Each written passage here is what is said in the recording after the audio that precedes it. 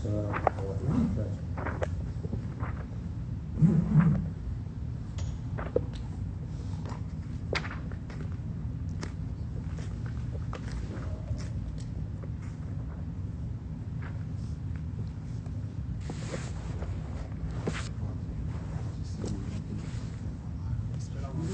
السلام عليكم. تفضل شيخ.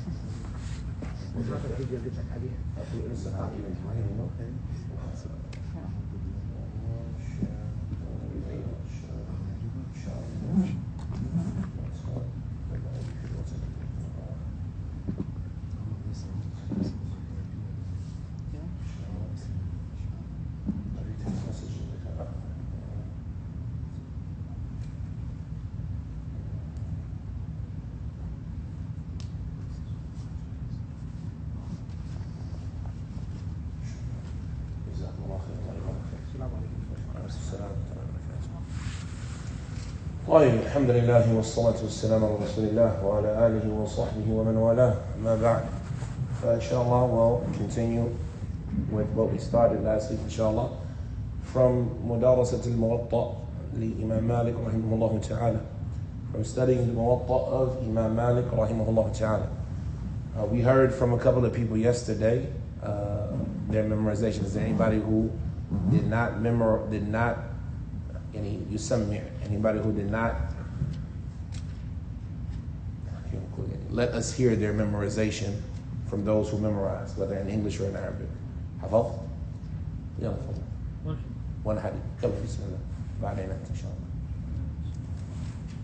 حدثنا أبو مصعب أحمد بن أبي بكر الزهري حدثنا مالك بن أنس عن ابن شهاب أن عمر بن عبد العزيز أخر الصلاة يوما فدخل عليه عروة بن الزبير فأخبره أن المغيرة بن شعبة أخر الصلاة يوما وهو بالكوفة فدخل عليه أبي مسعود الأنصاري فقال ما هذا يا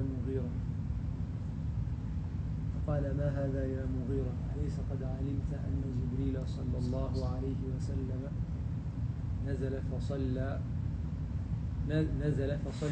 فصلى رسول الله صلى الله عليه وسلم ثم صلى فصلى رسول الله صلى الله عليه وسلم ثم صلى فصلى رسول الله صلى الله عليه وسلم ثم صلى فصلى رسول الله صلى الله عليه وسلم ثم صلى فصلى رسول الله صلى الله عليه وسلم ثم قال بهذا أمرت. فقال عمر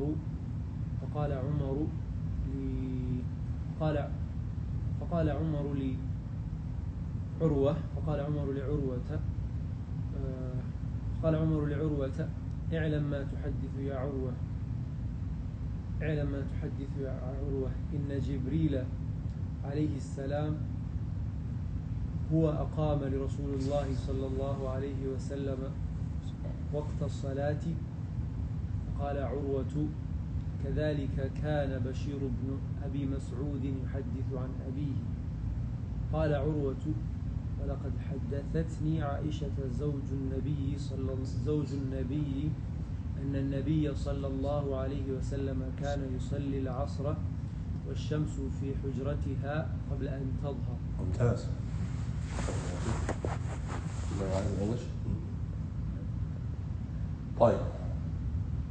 So we talked about last time the introduction, and we were coming from the book of al-Karim ibn Khudayr, his explanation of the Muwatta.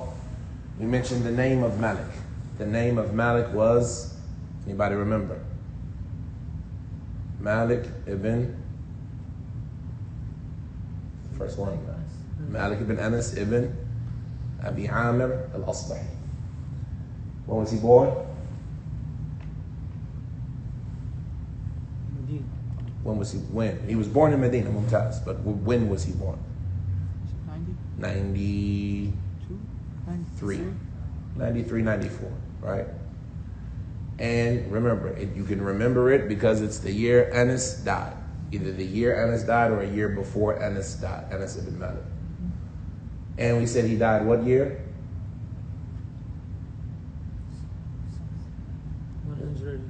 100. Not 98. 98 is a good year to remember. A lot of people died in 198. But not Imam Malik. 179. 179. Imam Malik, he died 179. So he's from the Atba' al-Tabi'in. We said that this book, the Muwatta, right, is from the most important books in Islam. We don't need to go back over that again. Anybody remember any of the classical explanations of the Muwatta? Some of the more important explanations of the Muwatta. Tamheed by Ibn Abdul Barr, al-Istidhkar by the same author. And then we mentioned al-Muntaqa lil-Baji. And then we mentioned the different riwayat of the Muwatta. And we said our riwayah is going to be on who? Abu Mus'ab, Ahmed ibn Abi Bakr al-Qasim al-Zuhri. Let's understand who he is, right?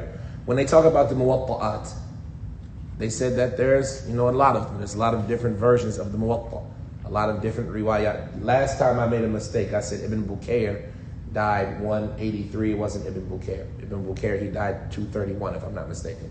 It was Ali ibn Ziyad. He was from the ones who narrated the Muwatta early, right? He died very shortly after Imam Malik. But from the narrations that are complete, and the last person to narrate the Muwatta on Imam Malik, the last person to narrate the Muwatta on Imam Malik is our companion Abu Mus'ab al-Zuhri. He was born, he died 243 or 246. Let's see, that's what we're going to have to do right now. Muhammad ibn Tahir, where am I at? I lost my page. Sadis. Ishtamil al-Muwatta. What page what? We haven't even started the first hadith yet. Where am I at? I'm on the wrong page, that's right. No. So, Abu Mus'ab, his name is Ahmed ibn Abi Bakr al-Qasim ibn al-Harith ibn Zurara ibn Mus'ab ibn Abdul Rahman ibn Auf Abu Mus'ab al-Qurashi al-Zuhri. Right, all of us know his name, Ahmed ibn Abi Bakr al-Qasim al-Zuhri. He was known as Abu Mus'ab, from the people of Medina, and he was the judge of Medina. During his time, he was the judge of Medina, so he had a high position. He died in the year 241, and some of them say 242. He stuck to Imam Malik and learned from him, and heard from him the Muwatta, and he was precise in it. From the things that they mentioned from the values of this Muwatta is that it's a Muwatta of a person from Medina. So Abu Mus'ab being from Medina, he's going to be more precise in his narration because he's from the same area as Imam Malik, and the amount of people who heard it in his area are more abundant, as opposed to when you talk about, for example, Yahya ibn Yahya going all the way back to Spain. His is the only version of the Muwatta, for more or less, for better or worse. While Abu Mus'ab, not only is it the last person to narrate from Imam Malik, so he has that final version, he's in Medina, where there's an abundance of people who have heard the Muwatta besides him. So his version is thought to be more precise and more accurate. روى عنه الخمسة. His hadith were reported by everybody from the 6 books except Nasa'i directly. Meaning everybody narrated on him directly, and Nasa'i, he narrated on him with a person in between him and Nasa'i. Right? So he was a thiqah, right? He was somebody who was reliable. When was he born? I'm trying to remember. Let's find out. It's something good to know. Like we said, he died in the year 241. That one website I sent you. Yeah, they had it in there. You remember? Ahmed ibn al-Qasim.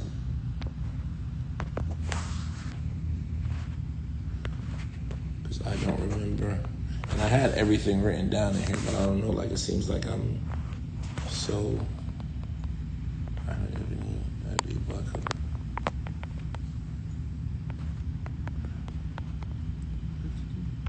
150. That's what's popping up in my head is 152. That's what you have?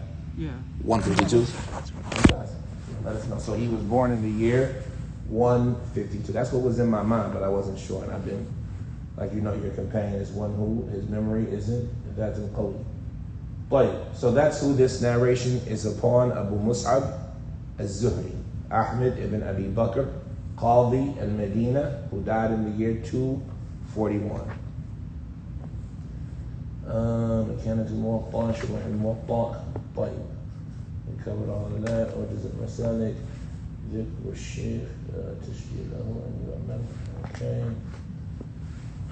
طيب, so we have this statement. If you write it, the first thing we see here is Kitab Wuqut al-Salah.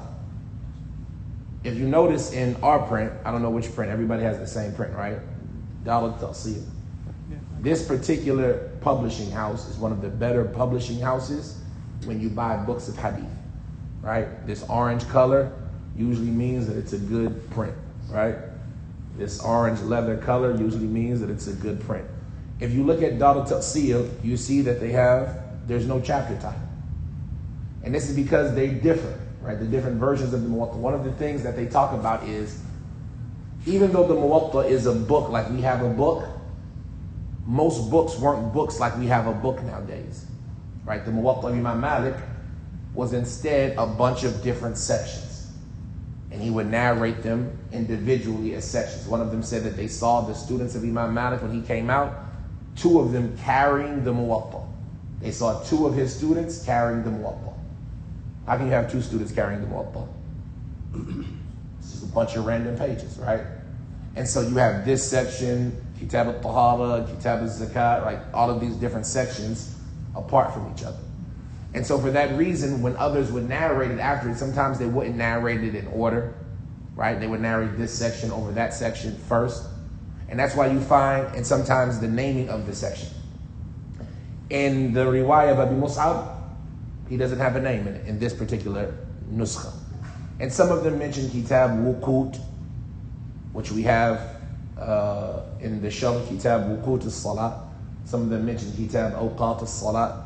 Some of them mention Kitab Waqt al-Salat, Mawaqit al-Salat. All of it means the same thing, right? There are subtle differences grammatically, but all of it is for the point that he started off his chapter with, or his book with, the times of Salat. The thing he introduced his book with is the times of Salat. And this shows us that perhaps the view of Imam Malik is that the time of Salat is the most important pillar of Salat. So if you ever have 2 things that you can only do one of, if you have to make wudu and you're about to run out of time, which one should you do? Pray on time or wait and make wudu? Wudu.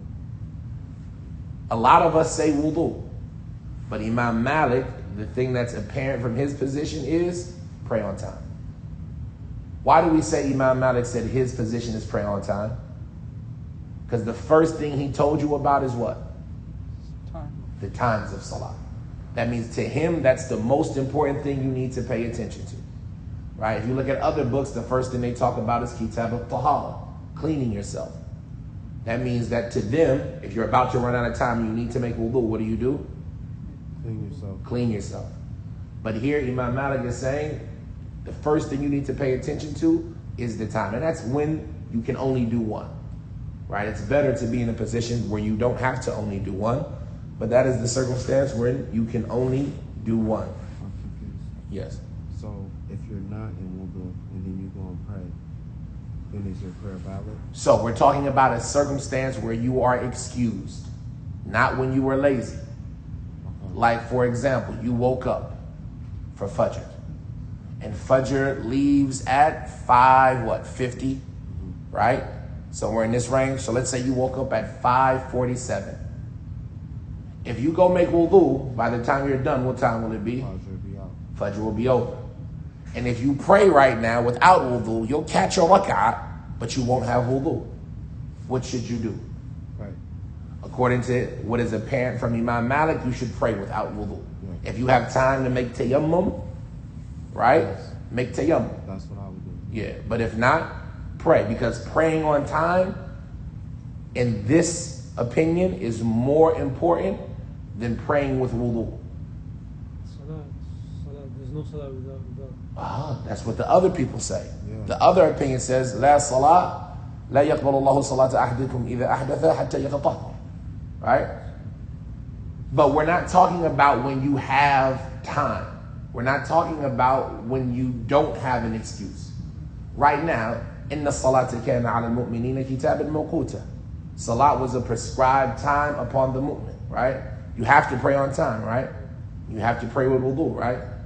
But you woke up late. There's only 3 minutes left. You cannot do both. You cannot make wudu and pray on time. Is praying on time not important? Yes. Is praying with wudu not important? Yes. So both of them are important, right? Remember, fiqh isn't knowing good versus bad. Fiqh is knowing which one is more important. So now you have this situation. You can either pray on time without wudu or pray late with wudu. Which one is better? Praying on time without wudu. If you believe that, but the only thing we'll say is, what's your evidence? And you mentioned your hadith. And like I said, most of the madhabs, they agree with you. But Imam Malik says, no, the most important thing is praying on time. Right? So if you can't make wudu on time, then pray on time. That's why it's important, because you might ask yourself, why did he start with this chapter? Every other book we did, right? The first thing is a chapter of what? Tahara. Why did, even before, like, they don't really mention Niyyah as a chapter, except Bukhari, right? But why do they mention Tahara first? Because, for example, if you don't have any clothes, right? And the time is going to leave. By the time it takes you, or let's say you have clothes, you were out and you slaughtered an animal on the Eid. You were out and you slaughtered an animal on the Eid. The blood got on your clothes. You want to go home and change. You want to go home, bathe, and change. But the time you get home to bathe and change, it will be Maghrib. What should you do? But you have on Najasa. Can you pray in Najasa? No, you can't pray in Najis clothes. You have an excuse. But what's the excuse? It's not even an excuse. It's that time is more important than Satr al-Awra.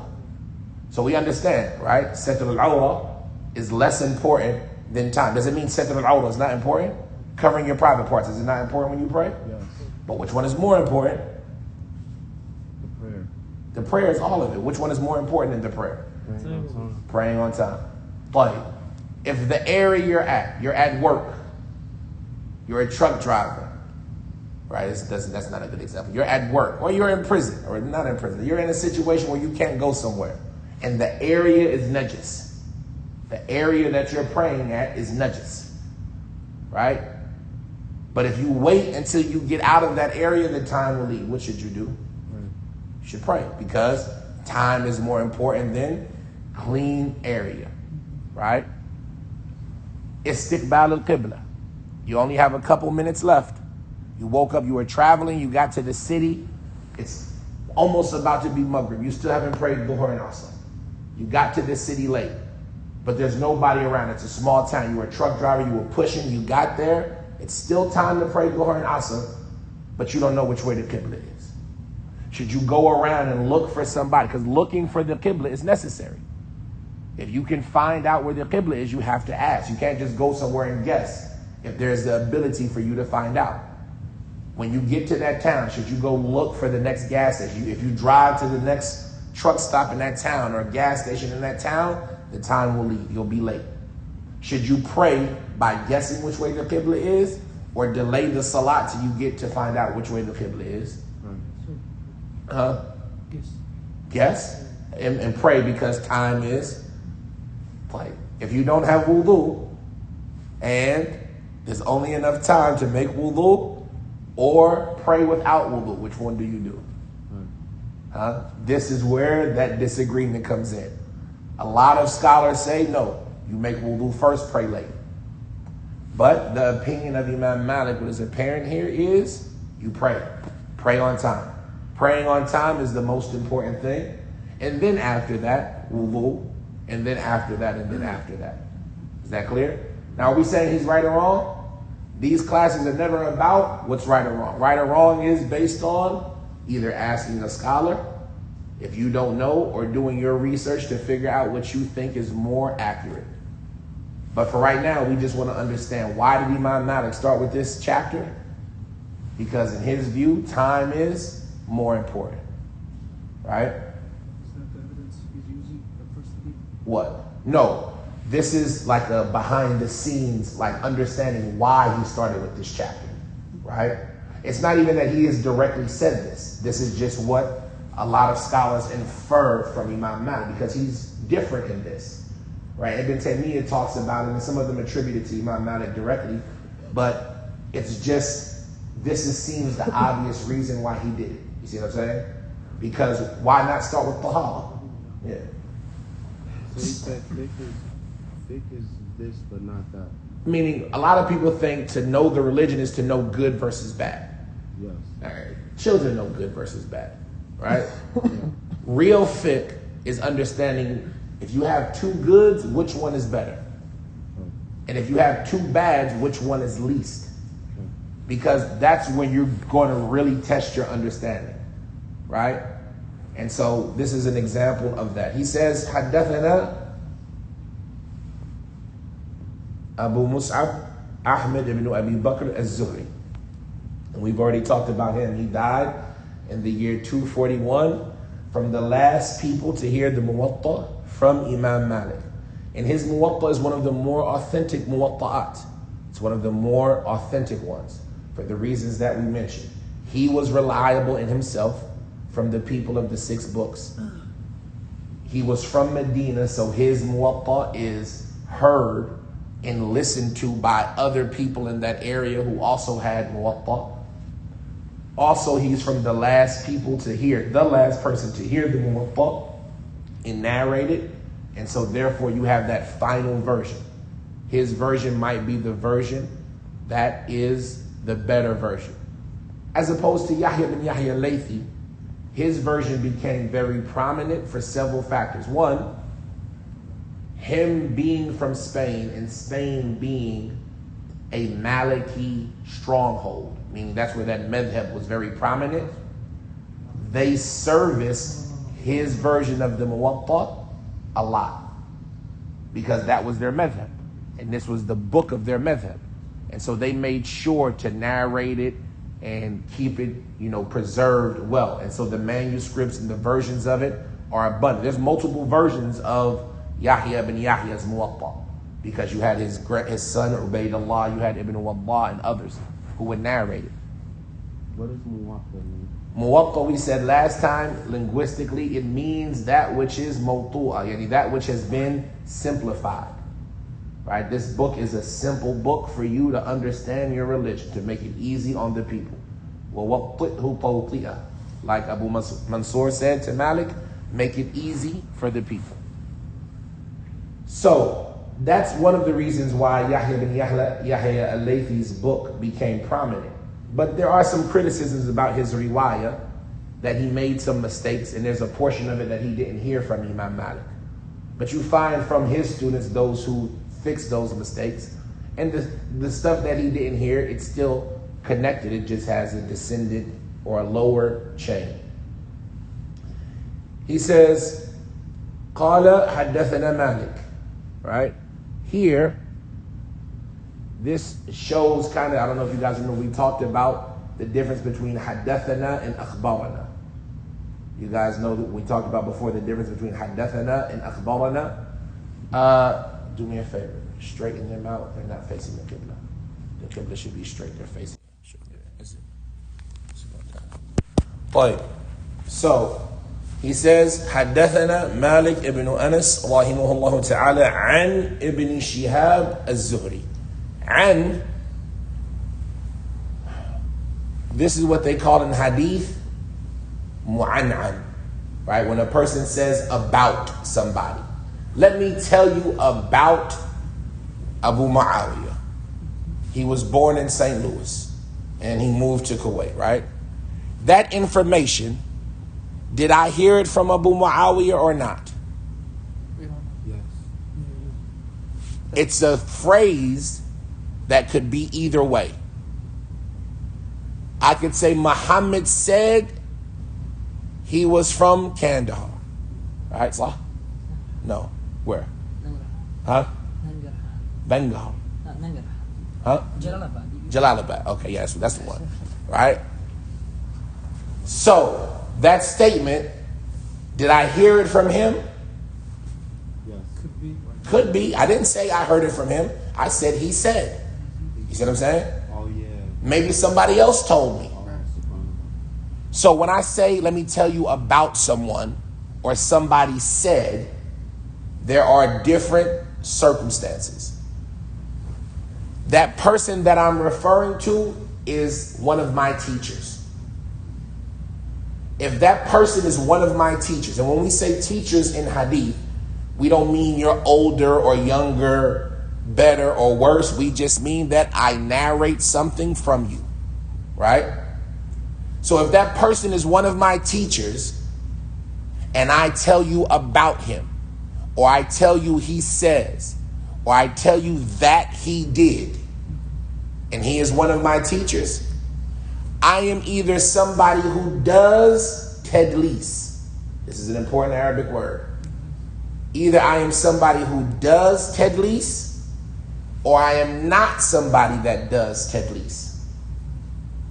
If I am not somebody that does tadlis, then it's just like I said haddathana. It's just like I said akhbarana. Same. If I am somebody that does tadlis, what is tadlis? Yes, Tadlis is where you make somebody think you heard something from your teacher, but you did. It has to be somebody that is your teacher. When I make you think I heard something from my teacher, but I didn't, that is called tadlis. Right? He's my teacher, and I do tell you things that I heard from him. But sometimes I say he said, I tell you about him, I tell you that he did. Sometimes I just say his name, Uthaymin. Right? Zuhri, right? Like Qatada used to do it a lot, Zuhri. And Shu'bah would stop him. Did you hear it from Zuhri or not? Don't just say Zuhri. Right? Did you hear it or not? So if I make you think I heard it from my teacher, but I didn't hear it from my teacher, did I lie when I said Zuhri said? No. No, because I didn't say I heard it. But there's that hidden gap. If I do tadlis, when I say an, my hadith is disconnected. Until I tell you that I heard it directly. Understand? This is what they call tadlis al-isnad. When I imply that I heard it from my teacher, but I did not. They call that tadlis al-isnad. There's other types of tadlis. Some of them are worse, some of them are less bad. You have tadlis al-shuyukh, where I name my teacher with a different name. Right? Instead of saying Abdul Hakim said, I said Abu Taymiyyah said. Tadlis al-islam is what? Tadlis al-isnad, tadlis of the chain, is where I make you think I heard it from my teacher, but I didn't. You have tadlis al-shuyukh, is where I name my teacher with a different name. What's the point of that, though? Sometimes it's to test the students, right? Abu Taymiyyah said, Abu Abdullah said, Abu Toba said, right? Who is he? That's all the same person. We know him, right? We know his names. Sometimes it's to make people think you have more teachers than you do, right? Because you got to think, the further down in time you go, the major scholars become what? Less. Like, for example, when we talk about Ibn Abdul Barr or al-Khatib al-Baghdadi, for example, these two scholars were major scholars of their time. But it's as if all of the hadith kind of funnel through them. because of how many people wanted to get the hadith from them. And so, and it's similar about their teachers, right? So sometimes I'll say Qasim ibn Asbagh, and sometimes I'll call him by his kunya, and sometimes I'll attribute him to his grandfather to make it seem like I have a bunch of teachers, but it's really just the same guy, right? That's kind of to push away the boredom, or, you know, to make it seem like it's more vast than it is. But that's not that big of a deal, right? With knowledge, you know that at least. The first one, it's a problem. We don't know which one you heard and which one you did. And so we automatically have to stop your hadith. Until you say you heard it, we consider it disconnected. There's a worser type of tadlis. The worser type of tadlis is where you don't make it seem like you heard it from your teacher. You make it seem like your teacher heard it from his teacher. You understand? Maybe your teacher never did tadlis. So when I hear him say about or that or so-and-so said, the default is it's connected. But you do a tadlis where you make it seem like your teacher heard it from his teacher. Right? I say, let's say your teacher is Muhammad. I say, Haddathana Amr. Muhammad said, now Amr, he doesn't do tadlis. So I said, I heard it from Amr. Connected or not connected. And when I said I heard it from Amr, all I said was that Amr said that Muhammad said. Did Muhammad say it? There's an isnad, but what did I do? I dropped out the connection and made it seem like Amr heard it directly. When in reality it was Haddathana Amr, Qala Haddathana Fadl, Qala Muhammad, right? And so I made it seem like my teacher heard it from, that's the worst type of tadlis, because you don't know, right? And so anybody who does that is really bad.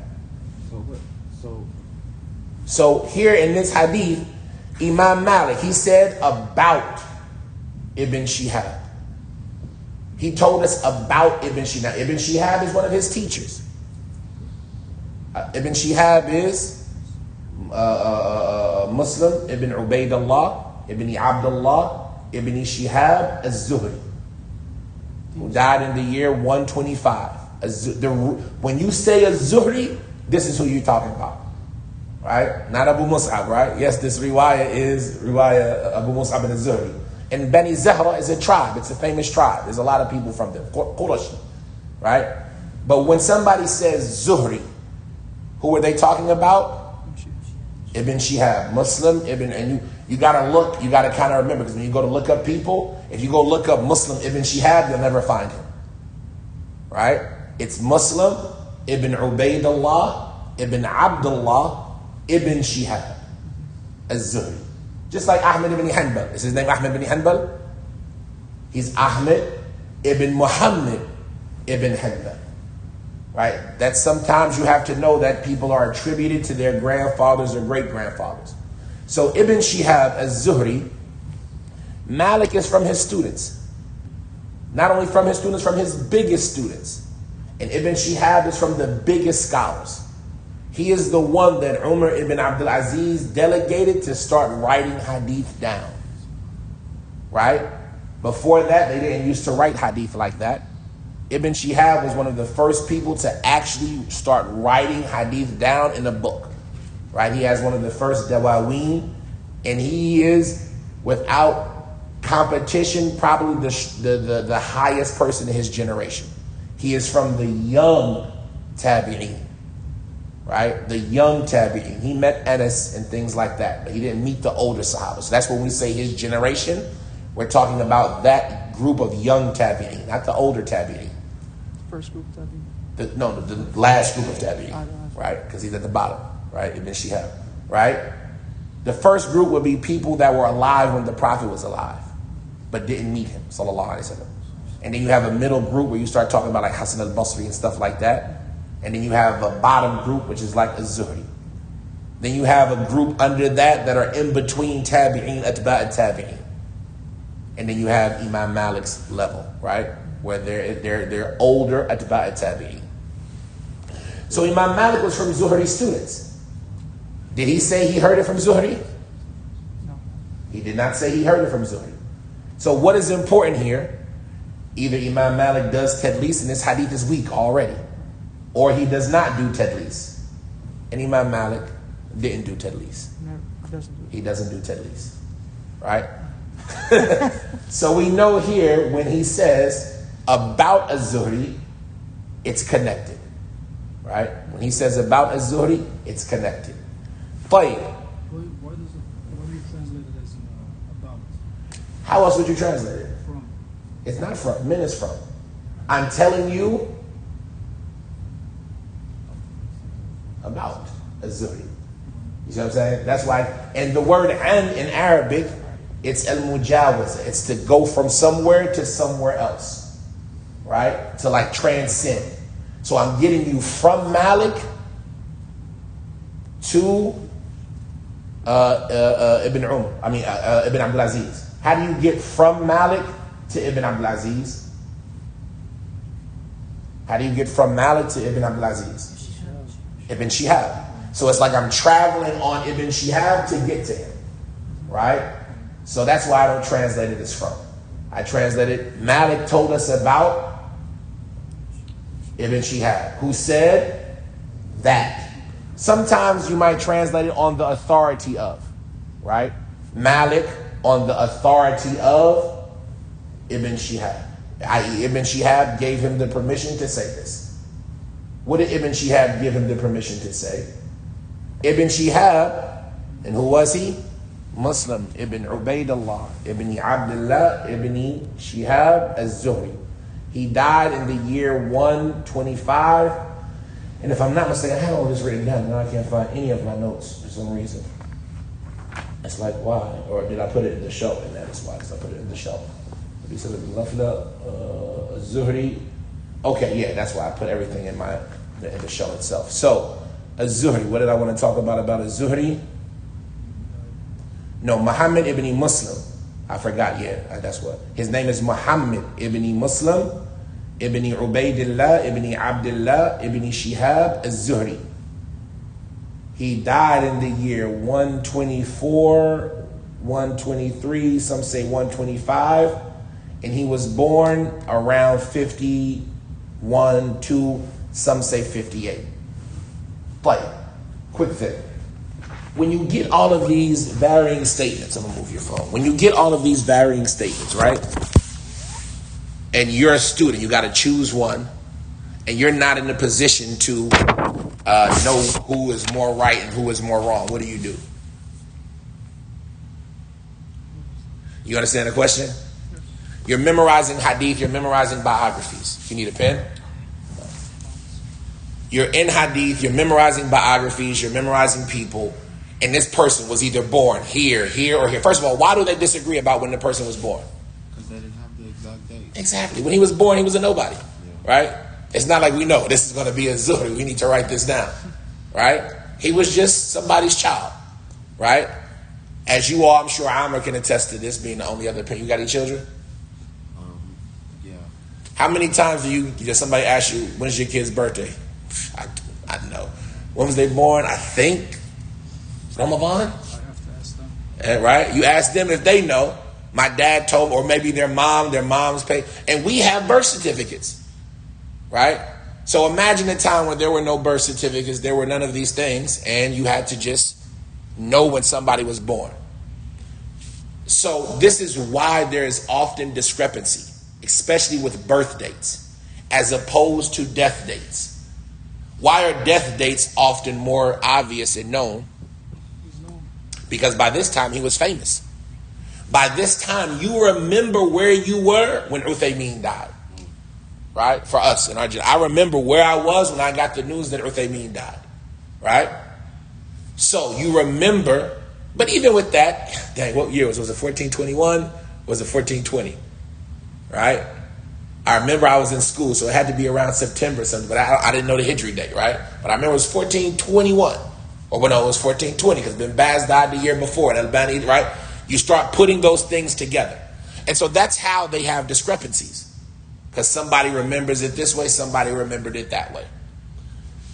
It's important, though, to know these things because these things help you tell if the hadith is connected or not. You have to know death dates, birth dates, and things like that. If a Zuhri was born in 51, did he hear a hadith from Aisha? Aisha died 58. Yes, maybe. 51, by 58, he heard a hadith from Aisha? Oh, no. You think it's less likely now. He's only 6 years old. But maybe he heard, he was in Medina, Aisha was in Medina. But if he was born in 58, did he hear a hadith from Aisha? And so now if you see a hadith that says a Zuhri on Aisha, you know that that hadith is what? It's not da'if. We're going to call it mursal. Right? And not mursal or munqati if you want. Right? It's a disconnect there. And we'll talk about all of that stuff as we get to it, like the disconnects and what they mean. Is it da'if or not? With who? Depends on who you ask.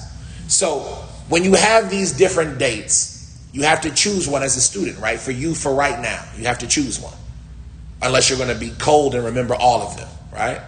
And if you do that, mashallah. For me, I'm weak. I don't remember all of them. So you got to choose one. Which one are you going to choose? The one in the middle. We mention all the time. Put your dates together.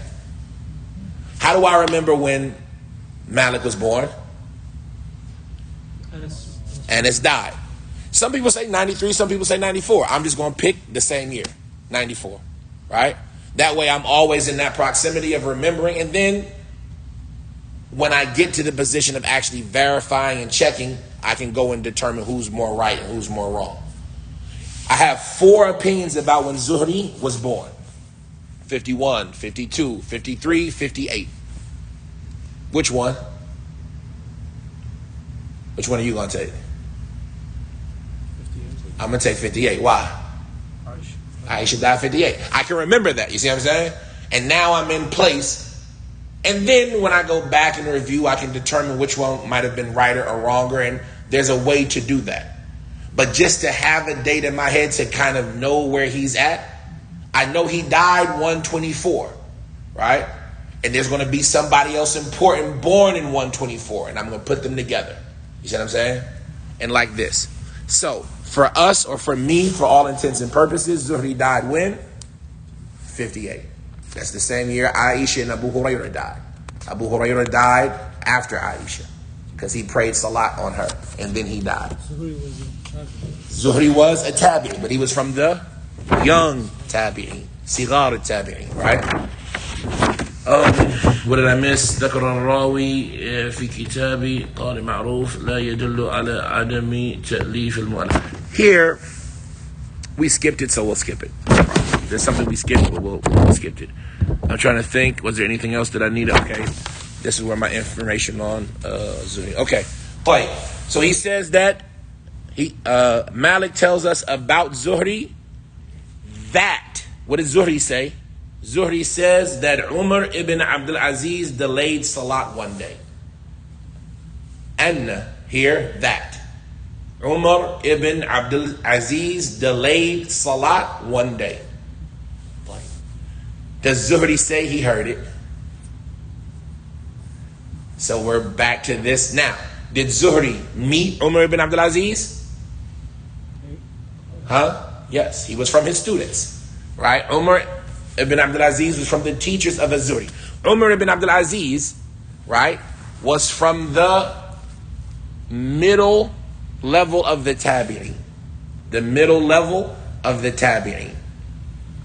Meaning he met a lot of the Sahaba. He met a lot of the Sahaba. Not a lot of the older ones who died early, but a lot of the Sahaba he met. He was from Medina, and we'll talk about him in a second. But the question right now is, Ibn Shihab is from his students. Did Ibn Shihab do tadlis? Right?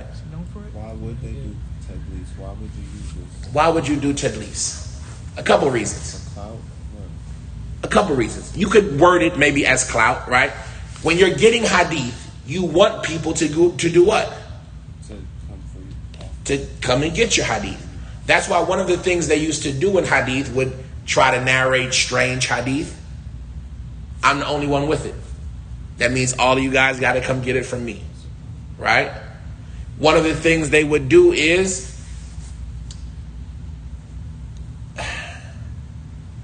because of how high up they are in the chain, there is a different perception of the environment that they're in. You got to think, Zuhri, how many people are between him and the Prophet? Sallallahu Alaihi Wasallam? One.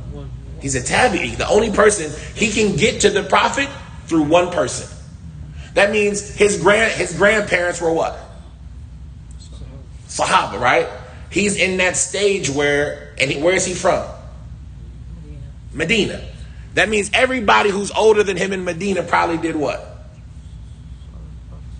Probably met the Prophet Sallallahu Alaihi Wasallam. Or probably was a child of somebody who met the Prophet Sallallahu Alaihi Wasallam. You see what I'm saying? Because he's in Medina, he's a child. Everybody older than him is probably a Sahabi. Or a child of a Sahabi. Somebody who just missed the Prophet. Right? So when I'm telling you a hadith, do I need to be as precise when I'm in this environment? When I'm in this environment in Medina, in all of the, like that old woman who lives in the house on the corner told me, Zuhri, don't do that. Right? Do I need to, because that old woman was probably a what? A Sahabi. You see what I'm saying? And so doing tadlis, one reason they would do it is because they say, let me unsure. He didn't have the energy to go all the way through the chain. I don't need to go do all of that because, come on, I'm Zuhri. Where am I at? Who am I going to tell you I heard it from? That's one reason. That's not the only reason. That's one reason. Sometimes, I know you don't like the person I'm about to tell you about. Me and you disagree about it. Is he a good guy? Is he a bad guy? Right? Not a bad guy like an evil guy, but like maybe his memory wasn't all that great in your opinion. But in my opinion, he was okay. And I'm about to tell you this hadith. But I know once I tell you it and I tell you his name, you're going to say what? I want to hear it. Right? So what do? I'm not going to lie because lying is a sin. And changing it would be a sin. You see what I'm saying? But what I'm going to do? I believe the person he told me about, he heard it from them and that person said it. You see what I'm saying? I believe Amr heard it from Muhammad. Amr is the one who told me, but you don't like Amr. I'm going to say Muhammad said it. Am I lying? I believe Amr heard it from Muhammad. I believe Muhammad said it. But I know you don't want to hear from Amr. Right? So I'm going to just leave him out. They would do that. There are other reasons why they might do tadlis also. But the problem becomes, what do we do with these hadith? That's why the science of hadith is so important. It's not like they got something by us. You see what I'm saying? It's not like we don't know who did tadlis and who didn't do tadlis. We know. We have whole books written. That's what I was going to bring up now. So we could see, did Zuhri do tadlis? Right? But the point of it is that don't feel like the Muslims are at a disadvantage. We don't know what's connected and what's not. That's the science of hadith. We know who did tadlis. And if they did tadlis, we know what to do with their tadlis. We know who they did tadlis from and who they did tadlis on most of the time. We know who they left out the chain. Right? We know who they decided not to mention. So, So they know who it was, they just didn't mention it. Yeah. But you can't assume that when he says he said that it's the one. Would you be able to find out who he is? Sometimes, and that's what we do. Like if you guys are following the Jami Bayan al-Ilm wa Fadlihi, right? The virtues of knowledge and its benefit. The hadith of, the first hadith, من سئل عن علم فكتمه من سئل عن علم علمه فكتمه جاء يوم القيامة ملجما بلجام من نار. Ibn Abdul Barr, they say that this hadith is on a guy. And then some of them say that this guy is Ibn Arta, right? Hajjaj bin Arta. Because we look at the other chains, we look at the other narrations and we piece it together. Sometimes they might do tadlis today and make it clear tomorrow.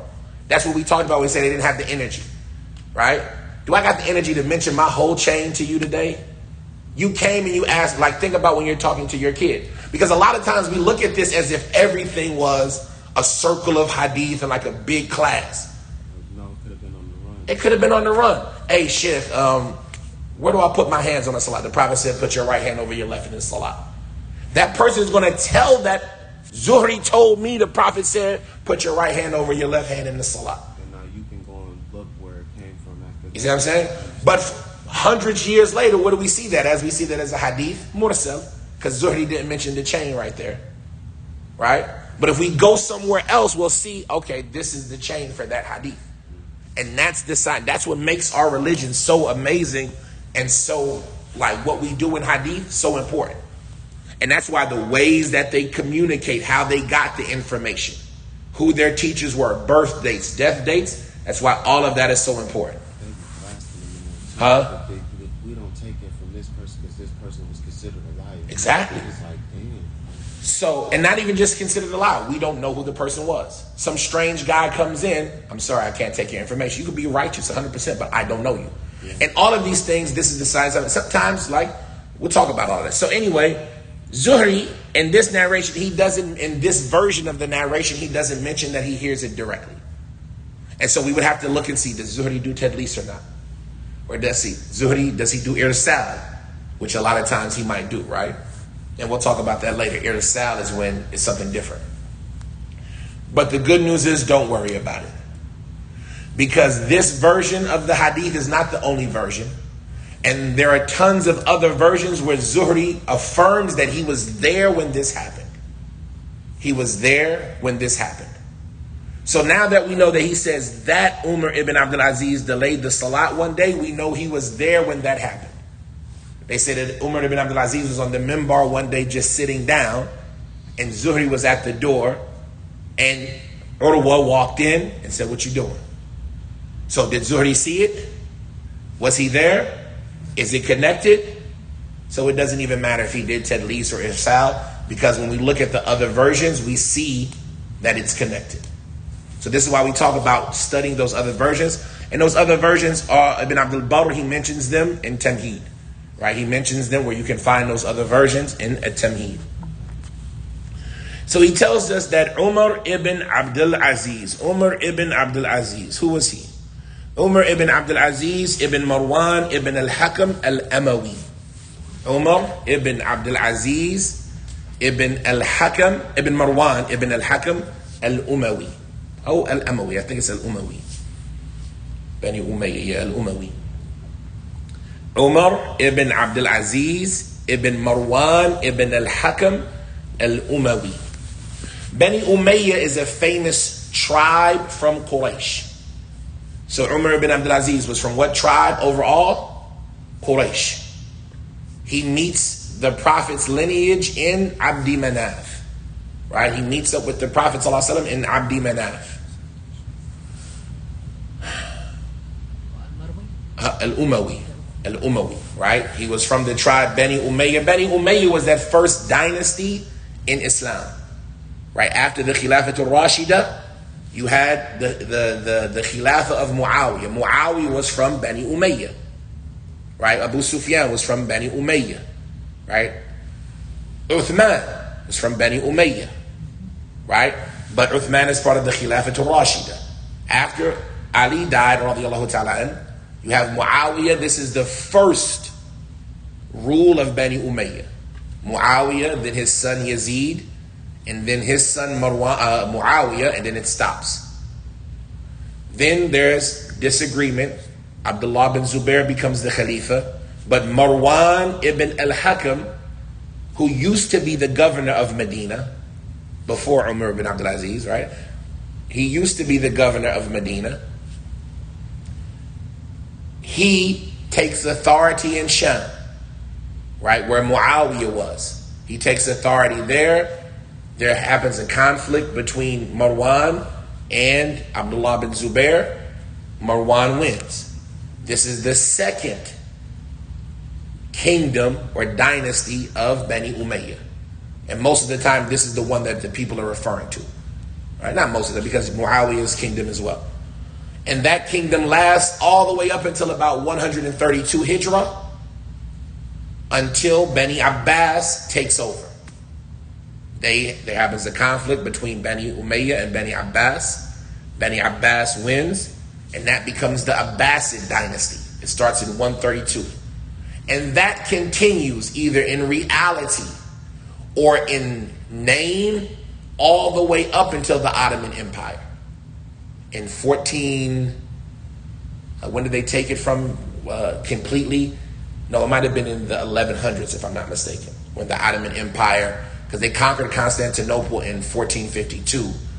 And so, yeah, maybe around 1000, 1100 Hijrah is where there is no more Bani Abbas, when the ruler from Bani Abbas submits authority over to the Ottoman Empire.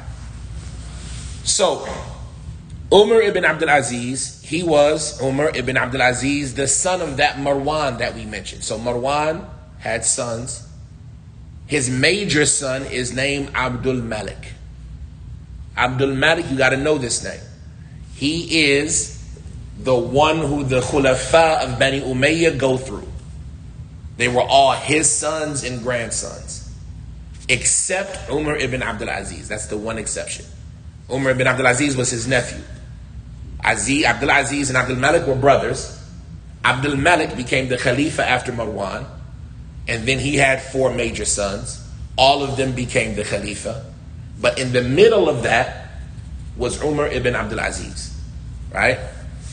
So, Umar ibn Abdul Aziz, ibn Marwan, ibn al-Hakam, al-Umawi, he was born in the year 61 Hijrah.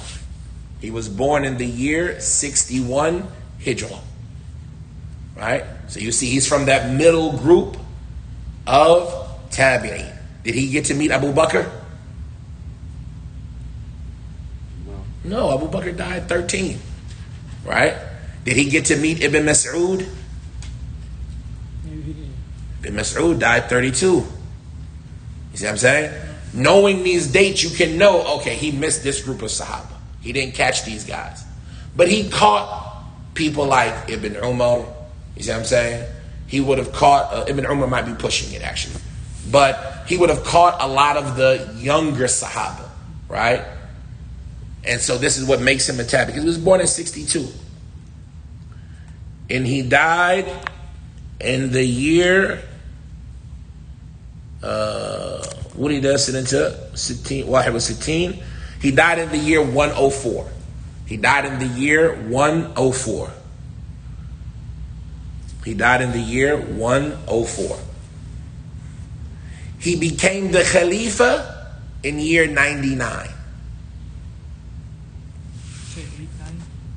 99. Some of them say he became the Khalifa in the year 99. And he was the governor of Medina between the years 86 to 93. So before he was the Khalifa, he was the governor of Medina between the years 86 and 93.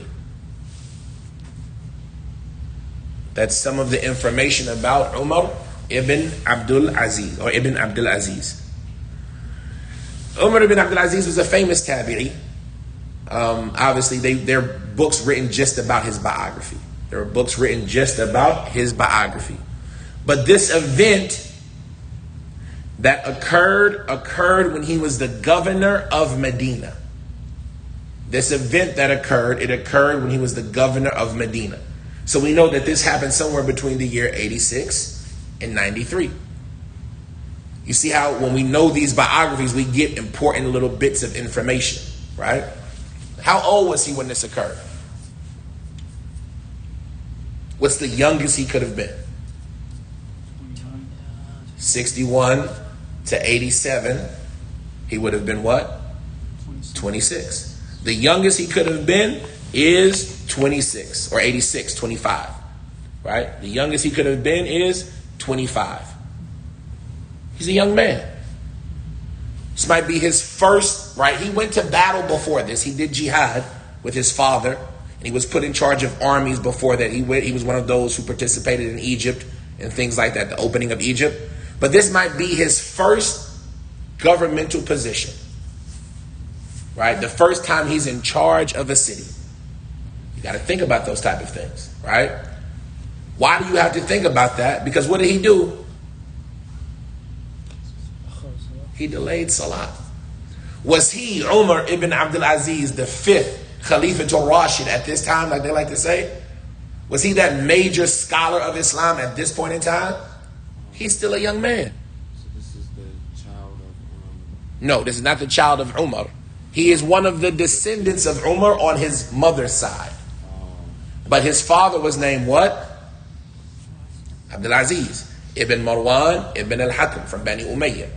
He was related to Umar, but that was on his mother's side. And there's a story about Umar's, there was a woman, she was putting water in the milk, and she told her, the Khalifa said, don't do it. Yes. The Khalifa's not here, right? Umar heard it, right? Next day told his son Asim to marry her. They had a child, their child had a daughter, that daughter married Abdul Aziz.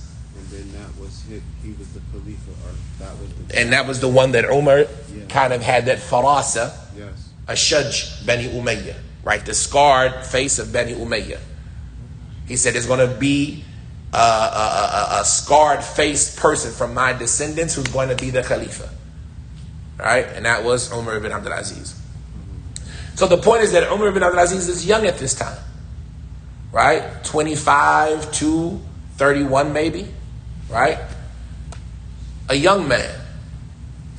Did you know everything that you know now at 31? Right? Did you know everything you knew now at 25? You get more information. And so it's not strange that he might have delayed the Salat. Like he says that Umar ibn Abdul Aziz delayed the Salat one day. Akhara Salata yawman. How did he delay the Salat? Did he delay it until the time left? Or did he delay it until outside of the preferred time? This was Salat Asr, right? Oh, well, yes, we're going to get to that, yes. Salat Asr. So we'll get to it now. The Salat that he delayed, as it is in other narrations specifically mentioned, is Salat al-Asr. The Salat that he delayed, as is mentioned in other narrations, is Salat al-Asr. And as we're going to learn, there's a lot of disagreement about Salat al-Asr. What is the time for Salat al-Asr? And so the question is, did he delay Salat al-Asr out of its obligatory time or out of its preferred time? Most people are going to say it's outside of its preferred time. Because we can't think about Umar ibn Abdul Aziz, even at that youthful age, that he would have delayed it outside of its obligatory time. Even though it was customary for the rulers of Bani Umayyah to do so. It was a habit that the rulers of Bani Umayyah would do. They would delay the Salat past its time. During this stage, the rulers of Bani Umayyah were known for delaying Salat past its time. And Umar ibn Abdul Aziz was one of them. Is it because there's no real certainty of when it was? There are different opinions about why they did it. And it suffices us to say they did it because the Prophet told us they were going to do it. Right? So there is hadith of the Prophet ﷺ that you're going to have leaders who delay the Salat outside of the appropriate time. The Prophet ﷺ told the Sahaba, you pray when it's time and pray with them. Right? And so for us, if we say, why did they do it? Right, we're not going to get into assuming their personal reasons or talking about them. This is a group of people who have died. Right, but what we're going to say is they did it because the Prophet told us they were going to do it, and they were fulfilling that prophecy, right? But some people will say that Umar ibn Abdul Aziz delayed the Salat past its appropriate time. Ibn Abdul Barr kind of hints to that in his Tamheed, because he reminds you that Umar ibn Abdul Aziz at this time was not the same level of righteousness that he was later on, right? And when we talk about kings and leaders, this is why Umar ibn Abdul Aziz really sticks out. Because being a king, being a leader, being in charge, often the people have deficiencies. It's a role that often comes with the person being deficient. And that's why you used to find the Salaf adverse to leadership. Because being a leader is hard, right? You're responsible. And you have to do things that most people might not understand why you do it. And you have a lot of people in your ear. And you can't just not only can you how many people think as a leader, you might have to adjust and compromise what you want to do? Yes. The Prophet ﷺ, as a leader, had to adjust and compromise what he wanted to do. Like what? Something that he wasn't going to do at all. But because I am a leader and the other leaders do this, I have to do it as well.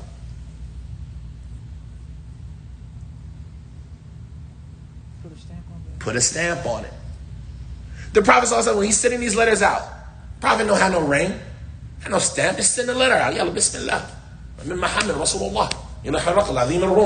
What does Sahaba tell him? If the other leaders get your letter and it's not sealed, they're not even going to read it. So the Prophet did what? He took a seal on his ring that he would stamp the letters with. He had to make a decision as a leader that's politics. You see what I'm saying? Now, this is the Prophet, so we know what he did is what? Sahih. It's wahi. Right? What he did is correct. Like a leader after the Prophet, are they on wahi? So they have to make a decision about, how am I going to do this here? How am I going to act towards America? How am I going to act towards this country, towards that country? Right? And that happened even way back then. How am I going to treat these Christians? What am I going to do against Rome? What am I going to do against Persia? I have to make these decisions. And so that's why somebody like Umar bin Abdulaziz sticks out so much, because of how righteous he was in the position. But we have to remember that leaders, they have good and bad, just like all of us. Right? If any one of us became the leader, there would be things that they would criticize about us. Right? Alhamdulillah, we get to go home. Nobody checks in our closets. Right? When you see us at the masjid, we do mashallah. Right? But how many of us argue with our spouses? Right? How many of us, all of us have these deficiencies, right? It's just that the leader is in a position where it is more noticeable. And then you have the ignorant people who complain behind you. And this is why the Salaf, they used to say, if I had one dua, I would make it for who? The leader. Because if he's good, everybody's good. And so, whether Umar ibn Abdulaziz delayed the salat past its preferable time, or he delayed it past its actual time, does that reduce the person he was? No. Why not? Let's find out. When he did that, wallahi, subhanallah,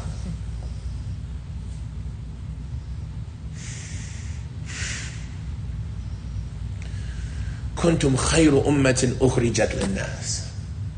Wallahi, are the best people that have ever been to the people. When Umar ibn Abdulaziz delayed the salah, what happened? فَدَخَلَ عَلَيْهِ عُرْوَةٌ فَدَخَلَ عَلَيْهِ عُرْوَةٌ Urwa ibn Zubair ibn al-Awwam. Urwa ibn Zubair ibn al-Awwam. Urwa ibn Zubair ibn al-Awwam is the son of Zubair ibn al-Awwam, the disciple of the Prophet ﷺ and one of the 10 people promised paradise.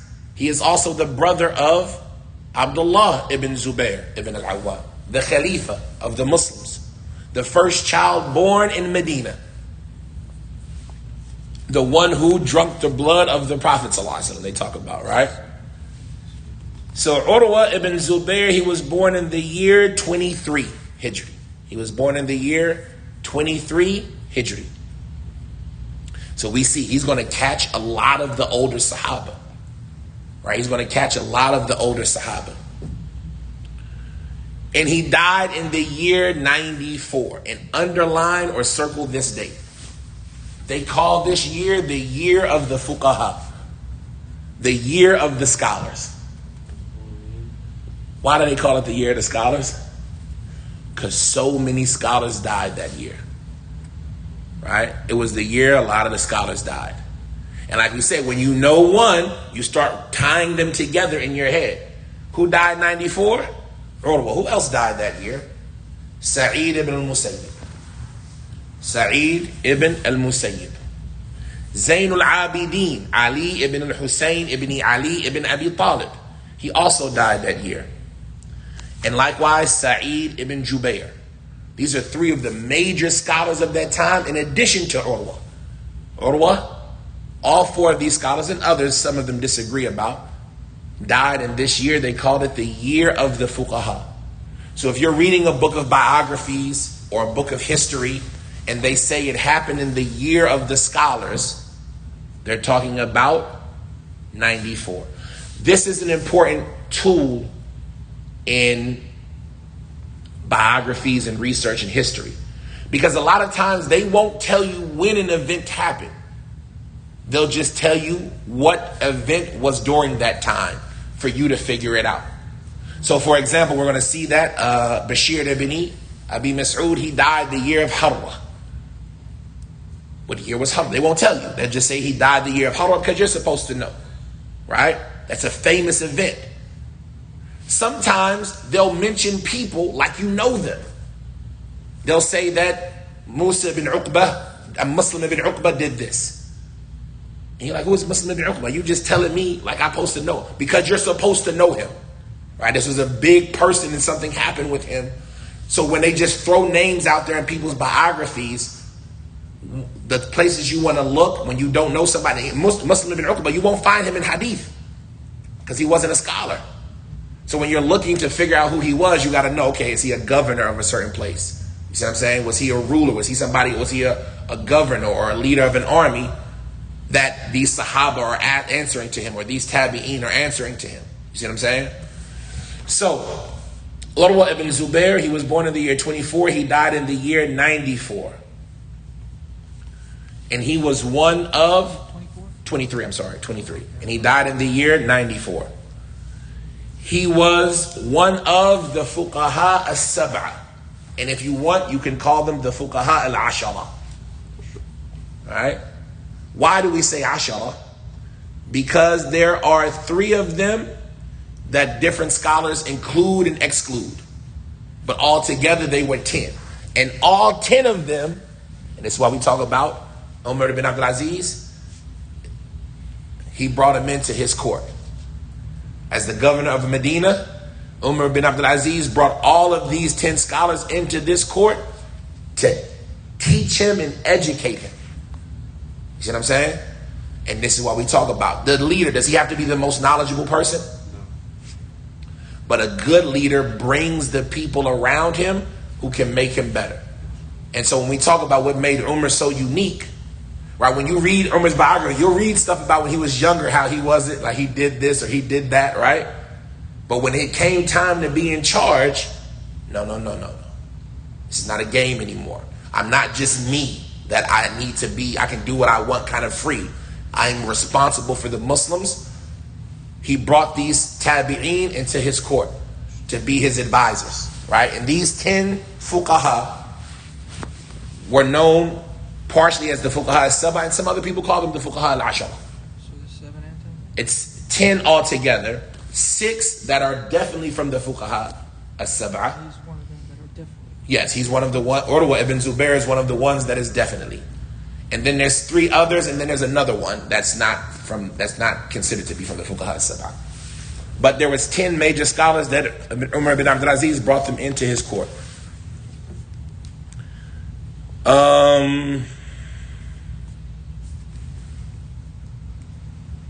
Now, so that's Urwa ibn Zubair. So Urwa ibn Zubair enters upon Umar ibn Abdul Aziz. Now we said, some of the narrations mention that Umar ibn Abdul Aziz was just sitting on the minbar. He's in the Prophet's masjid. He's just chilling on the minbar. It's time for salat. He's not praying. Right? And so so many lessons. The clock turns to zeros. What happens? Alhamdulillah, it doesn't happen that much in this masjid. Clock turns to zeros. What happens? No, the prayer clock, the adhan is blinking zeros. What happens? It's time for salat. What happens? Mashallah, you guys don't know because you're going to do it here. A lot of masjids, people start standing up. Salah. Salah. Right? Look at the adab. This imam delayed the salah. Did anybody say anything? Up until the point that Urwa comes in. Did anybody try to rush to them? I'm just going to leave salat anyway. Right? Well, you tripping. It's time for salah. I got places to be. Well, what we going to do? Right? But Urwa, because of who he was and what he knew, and that's the key. Who he was based on what he knew. That's what gave him that. يَرْفَعُ اللَّهُ الَّذِينَ آمَنُوا مِنْكُمْ وَالَّذِينَ أُوتُوا الْعِلْمَ دَرَجَاتٍ. Because of what he knew, Allah raised him to be in a position to speak truth to power, which is a lesson in and of itself. How did he speak truth to power? Not even that. Did he stay outside the masjid and complain to the people outside while they was drinking coffee? Astaghfirullah. You know, he ain't prayed yet. So I'm telling you, we shouldn't listen to these guys. Or did he go to him and advise him? He went to him. Can you advise the leader? Can you speak the truth to the leader? Yes. How? Respectfully. Respectfully and in person. But me getting up here or standing out front of the masjid or in the parking lot, backbiting, gossiping, this is not from the etiquette of the Salaf. Right? So, Urwa, he went into the masjid. He saw Umar ibn Abdul Aziz just sitting there. He said, Ma hadha? Right? فَأَخْبَرَهُ. I'm sorry. فَأَخْبَرَهُ. How did he advise him? Did he advise him with his opinion? This is something we can all learn from. Did he advise him with his opinion? What I think? How I feel? He advised him with hadith. فَأَخْبَرَهُ أَنَّ الْمُغِيرَةَ بِنَ الشُّعْبَةِ. SubhanAllah. It's so much wisdom, man. When you're advising a person of leadership, do you advise them in a way that makes them feel bad? Or do you make it seem like what you're doing ain't that bad, per se, because somebody better than you did it too? I won't feel as bad about what I'm doing when you tell me Mughira ibn Shu'bah did it. Right? You're not saying you shot out, you bum, look at how you're acting. No, this is a mistake you made, but don't feel bad. Other people made this mistake too. Maybe you just didn't know. So he's فَأَخْبَرَهُ أَنَّ الْمُغِيرَ ibn Shu'bah. Mughira ibn Shu'bah, he died in the year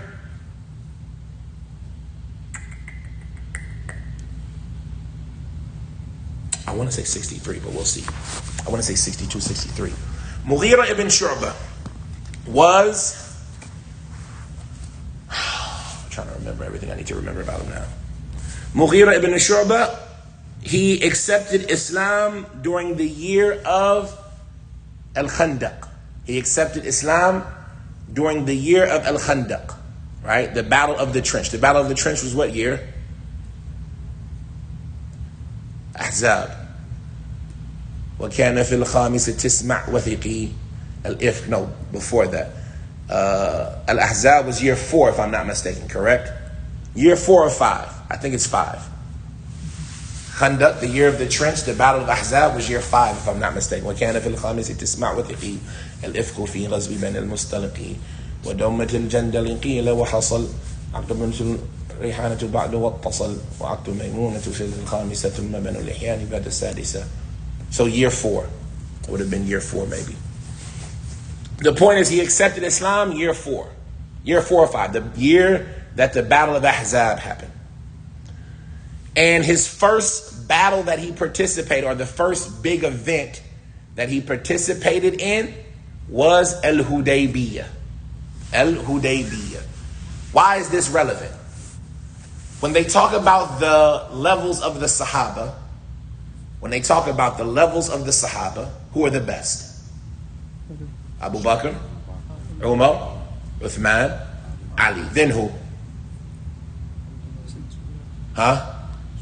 The rest of the 10. Right? Going individually, the rest of the 10. Then who? The people of Badr. Right? 313. That's why we're going to see it's important to know, was this guy part of Badr or not? Because this is his rank amongst the Sahaba. Then who after the people of Badr?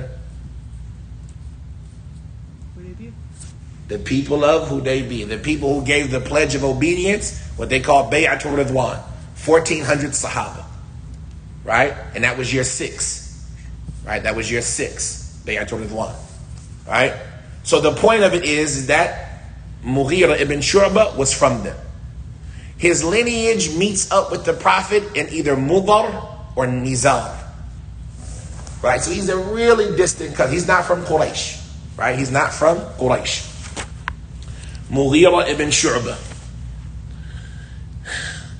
Badr was before the four Khalifa's, though, right? Yes, meaning before Badr was during the time of the Prophet sallallahu alaihi wasallam. Badr was year 2 after he made Hijrah in Ramadan, right? In Ramadan, year 2, I think the 17th of Ramadan is when they went out for Ghazwati Badr.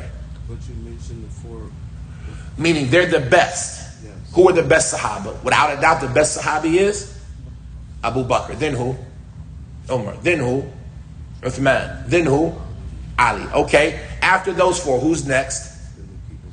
The people of Badr. After the people of, the rest of the 10. There's 6 other Sahaba who were all promised paradise. After those 6, who's next? The people of Badr. The people of Badr, what will let you know that Allah looked at them and said, do what you want? فَقَدْ غَفَرْتُ لَكَ. I've already forgiven you. Right? And that's what we mean when we say Badr. Right? Not better, but better. Right? Because where's Khadijah at in all of this? Where's Aisha at in all of this? Where's Fatima at in all of this? Hamza, Hassan Hussein, right? Are we saying that these are necessarily better than them or not? That's not the argument we're making. When we say better here, we're talking about people that we know for sure Allah was happy with, generally speaking. And with regards to the Khulafa Rashidun, specifically speaking, that they are the best. Like Khadijah wasn't better than Abu Bakr, right? But we know the 10 Sahaba are the best because the Prophet died and he was happy with all of them. We know the people of Badr are the best because Allah forgave them of everything that they did after that. We know the people of Bay'atul Ridwan are the best because Allah, radiyallah, Allah is pleased with, He said it specifically about them. Right? After them, who's next? We said, Hudaybiyah, Bay'atul Ridwan, who's next after them? No. The Muhajirun and the Ansar. Right? The rest of the Muhajirun, right? لا يستوي الذين أسلموا وقاتلوا قبل الفتح. Those who accepted Islam before the conquest of Mecca are better than the ones after. You see what I'm saying? It's clear text in the Quran saying that. That's what we mean when we say better. You see what I'm saying? But as opposed to who's individually better, Abu Hurairah or not Abu Hurairah. Let's take for example somebody who was from just not from the 10 or not from Badr. Somebody like Hudhayfa and Khadijah. Hudhayfa ibn al-Yaman didn't participate in Badr. He participated in Uhud. Right? But he is from those who gave Bay'atul Ridwan. Who's better, him or Khadijah? It's it's hard not to say Khadijah has a higher status than him. You see what I'm saying?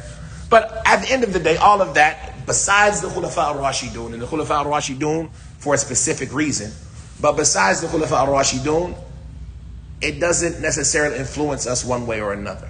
Who was better or who was worse. Tilka ummatun qad khalat. They're with Allah. They are, yeah. And the correct opinion, and Allah knows best, is that all of the Sahaba were guaranteed paradise. The stronger opinion is that all of the Sahaba were guaranteed paradise. Right? At the same level? No.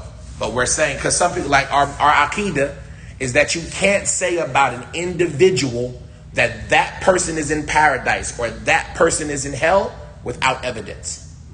So like the people that, the 10 Sahaba that the Prophet promised paradise, we can say for sure, Abu Bakr's in Jannah, Umar's in Jannah, Uthman's, because the Prophet said that. We can say about Bilal, that he's in Jannah, right? I heard your 2 sandals in Jannah, I saw you 2 golden slippers in Jannah, what did you do, right? But can we say it about a Sahabi, just a general Sahabi that's not? Scholars disagree, right? You know the hadith that, where they talked about the person and the prophet did. The correct opinion is, or should I say the stronger opinion is, or something that a lot of scholars mention, is that every Sahabi is guaranteed paradise. Right? That's a point of that's one of the arguments that are used to prove that every Sahabi is in paradise. You see what I'm saying? السابقون الأولون من المهاجرين والأنصار والذين تبعوهم بإحسان رضي الله عنهم ورضوا عنه وأعد لهم جنات تجري من تحتها الأنهار. Right? So that's a proof that they use. And then you have specific evidence. I forget the Sahabi name when he died in one of the battles, and they were all saying that he was in paradise, and the Prophet said, "Don't do so." Right? And so they use that as the proof of the other side. They say, no, you can't say a specific Sahabi is in paradise. But Allah knows best. Anyway, that was just a side point. And we're taking a lot of time, but inshallah it's beneficial. So Urwa ibn Zubair, he entered on Umar ibn Abdul Aziz, and he informed him that Mughira ibn Shu'bah, we talked about who he was. Al-Mughira ibn Shu'bah, he was born 23 years before the Hijrah. He was born 23 years before the Prophet's birth. No, 23 years after the Prophet's birth.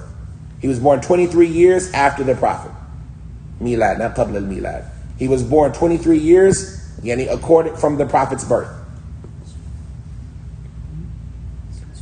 He accepted Islam in the year of Al-Khandaq, and he died in the year 50. Khamseen. He died in the year 50.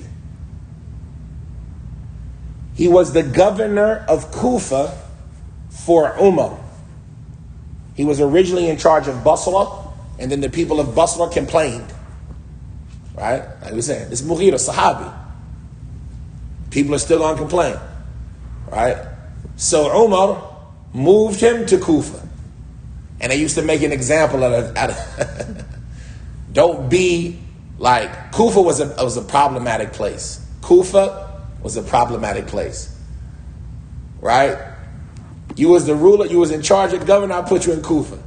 I don't want to be, don't let somebody be as mad as you as Umar was to put Mughira to put him in charge of Kufa. Right? You think it's a good thing. Don't let somebody be that mad at you to put you in charge of Kufa. Right? So they put him in charge of Kufa. And he was the governor of Kufa for Umar from around year 21 until Umar died and the early part of the Khilafah of Uthman. And then Uthman removed him. Uthman removed him from being the governor. And he stayed that way, i.e. not taking any government positions or anything like that. And he stayed out of the fitna between the Sahaba. He did not participate in any of the fitna between the Sahaba. And then, when the issue of at-tahkim, making the judgments between Ali and Muawiyah happened, he was on the side of Muawiyah. He had close relationships to Bani Umayyah. He married 4 of Abu Sufyan's daughters. Right? Do they got to be at the same time? That's true. Instead, what they say about Mughira, since this is to lighten the mood a little bit, right? We've been going for a while, but inshallah, y'all patient. Like, how many people did Mughira ibn Shu'bah marry? 80 something. Some of them say 70. Some of them say 80. Some of them say 300. 300? Some of them say 1,000. Come on now. He used to marry 4, divorce 4. Marry 4. He said, I've kept over 80 women. How can I translate this word? Ahsan. I kept him satisfied. I kept him pure. I kept him not needing zina. He's good. This is okay then. To marry women? I mean, and then divorce them. If you need to divorce them, it is okay. It is halal to divorce a woman. Right? Am I saying it's okay on purpose? I don't think anybody ever gets divorced on accident. No, but it looks like it's on purpose. It's like He divorced him on purpose. He wanted to get another one. A new one. It is permissible to marry a woman. It is permissible to divorce a woman. I'm not telling you to go marry for and divorce for, but what did he do that's halal? He married a woman. Is it halal? Yes. He divorced a woman. Is that halal? When he divorced a woman, he married another one. Is that halal? So, outside of that, you make your own decisions. Does it matter about the time? The time of what? Like if he marries a woman in the morning, can he divorce her at night? It is halal to marry a woman. It is halal to divorce a woman. Right? Can you explain it better so it doesn't look So like it's I'm trying to. It's not mut'ah. I know, but I'm saying. Did he marry with the time limit set? I don't know the details of every one of his marriages, but he would marry for and divorce for. And it wasn't mut'ah because mut'ah is halal. Mut'ah is when you marry for a limited time. But can you marry somebody and know that you're going to divorce them later? Anyway, the point of it is that's what they say about it. Why do we mention that? Because one of the things that he said that was... So, this is a side note, right? We're off topic, but inshallah, I'll be patient. The judges of the Sahaba were 4. Umar, Ali, Ibn Mas'ud, and Abu Musa al-Ash'ari. They say Qudat al-Sahaba Arba'ah. These 4 were like some of the best judges. Right? Umar, Ali, Ibn Mas'ud, and Abu Musa al-Ash'ari. But the clever Sahaba, the duha of the Sahaba, were 4. These were the ones that was super clever. You had Muawiyah, Amr ibn al-As, al-Mughira ibn Shu'bah, and Ziyad. I don't know who Ziyad is. I just read it, but I don't know. I didn't look up who Ziyad was, right? But these 4 they were known as duha, right? The duha of the Sahaba. Muawiyah, Amr ibn al-As, Mughira ibn Shu'bah, and Ziyad. From the people that were with Ali during the fitna was Abu Musa al-Ash'ari. And there's another one that they mentioned from the Duha, Qais. And those who were with Muawiyah was Amr ibn al-As, and he later ended up siding with Muawiyah, or like being on Muawiyah's side during the ruling of judgment. Not during the fighting, but trying to settle things, Mughira. The point I mentioned why he was one of the 4 clever people, these are 2 stories about that. The first one, he said, when a man marries one woman, he gets sick when she gets sick. And he has a period when she has a period. Right? And when you marry 2 women, you are in between 2 ignited fires. You're between 2 raging fires. So I marry for and divorce for. One thing he said, nobody's ever outwitted me. I've never been outwitted except once by one of the young boys from Ben al-Harith. Ben al-Harith, they had a woman that I wanted to marry. So I proposed.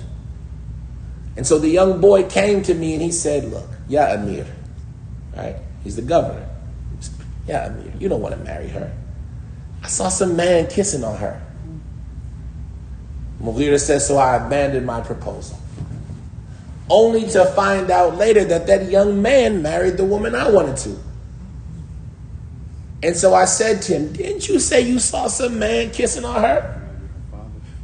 He said, yeah, Amir, I didn't lie to you.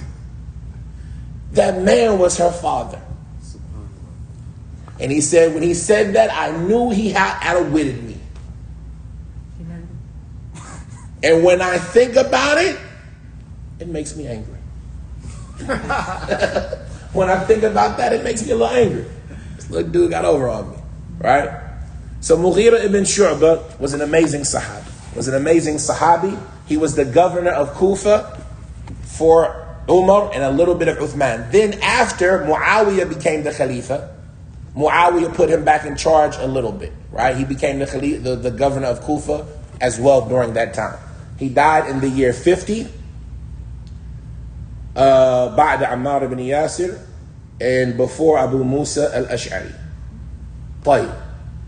So, and we're going to finish up. So I think we'll stop at the chain today, right? That'll make it easier if you're memorizing. I really don't want to take too long, but this first hadith, like I said, Ibn Abdul Barr, he has 60 pages on this hadith, right? 60 pages on just this hadith. And that's in Tamhid. In Tadhkir, in Istidhkar, you have 40 pages. Well, if we don't finish, then we don't have to stick on the same hadith next week. No, we're going to still memorize. We're going to keep going. But the point is that the people is important. The words of the hadith, we're going to be able to breeze through that. You see what I'm saying? Because the words, we're not looking in all the ikhtilaf and all the when's the first time for dhuhr, when's the last time for dhuhr, right? We're just looking at the words. So that's why we're focusing on the people, because these are things that we don't know of and we need to understand some of that. So anyway, he says, so Mughira entered, he said Mughira delayed the salat one day while he was in Kufa. Why was he in Kufa? He was the governor. What salat did he delay? Salat al-Asr as well. Salat al-Asr as well. That's why you see the addition at the end. You see what I'm saying? Now it's starting to make sense. Why did Urwa mention that other hadith at the end? This is all on that same Exactly. that you gave me? Yes. So why does Urwa mention the hadith at the end about the Prophet praying Asr in Aisha's, and the son is in Aisha's room? Because it's Salat al-Asr. So, Urwa enters and he tells him that Al-Mughira ibn Shu'bah delayed the salat one day while he was in Kufa. فَدَخَلَ عَلَيْهِ أَبُو مَسْعُودٍ الْأَنصَارِي. Abu Mas'ud al-Ansari Uqbah ibn Amr. Uqbah ibn Amr. Al-Khazraji. Al-Khazraji. Al-Badri. And the correct view, and Allah knows best, is that he was from the people that participated in Badr. This was the view of Shu'bah. This was the view of Abu al-Qasim, Abu Ubaid al-Qasim ibn Salam. This was the view of Bukhari. This was the view of Urwa. This was the view of Ibn Hajar. That Abu Mas'ud and al-Ansari did participate in al-Badr. He was from the people in al-Badr.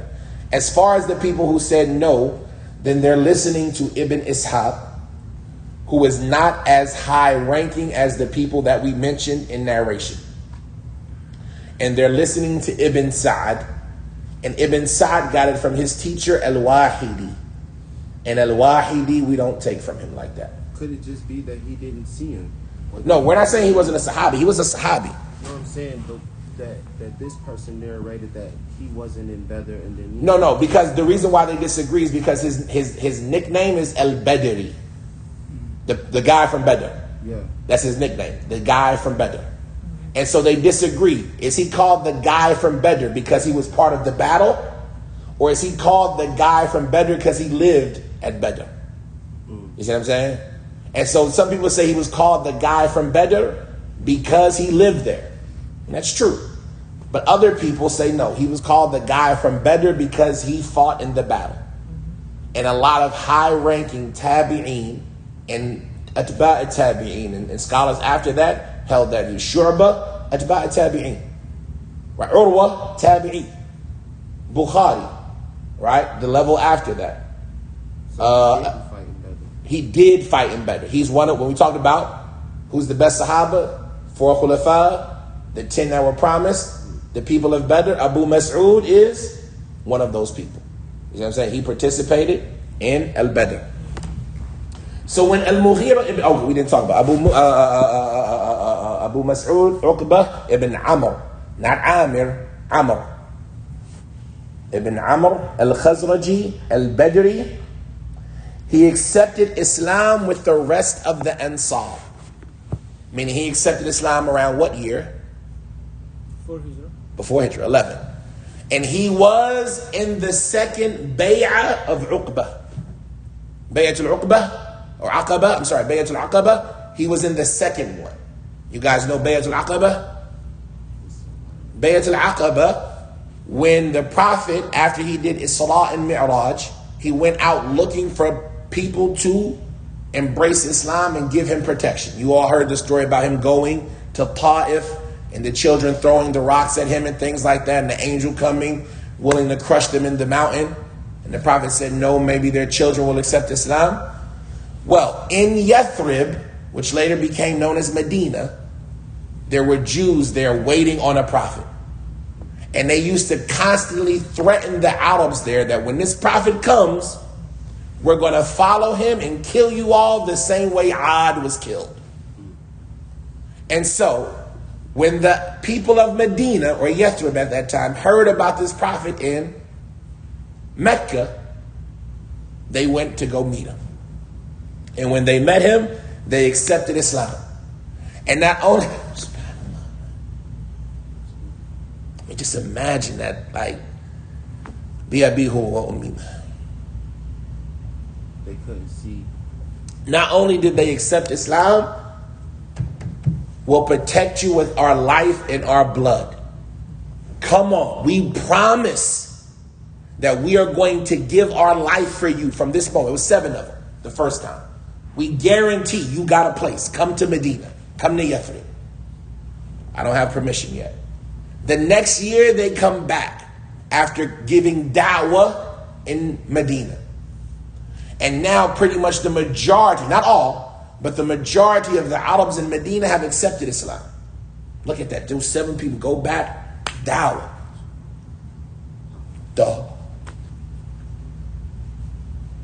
The whole city, for the most part, except the Munafiqeen and some of the Jews. And some of those who kind of stayed back that later accepted. Accepts Islam, they come back with 70 people this time. Come to Medina, we promise to protect you with our life, and our lives and our money is yours. That's called Bay'atul Aqaba al-Thaniya. Abu Mas'ud al-Ansari was in that group. He was in that group that did that. So if he was there for that, was he there for Badr? Yes. So why wouldn't he go? Yeah. You see what I'm saying? Why wouldn't he go to Badr? So we know that he accepted Islam with the rest of the Ansar. We usually talk about when a person accepts Islam so you can know like what place in Islam they were and kind of get an overall picture of their history. So he accepted Islam when the rest of the Ansar did, and he was the youngest person at Bay'atul Aqaba. He was the youngest one there. He was a young guy. SubhanAllah. He died in Medina, and some of them say he died in Kufa. He was in Kufa, and then some of them say he went back to go to Mecca, and he died on the way in Medina. And some of them said no, he died in Kufa, sometime year 40 or after. It's not bad in and of itself. It's just it's a place. It's like the North Side.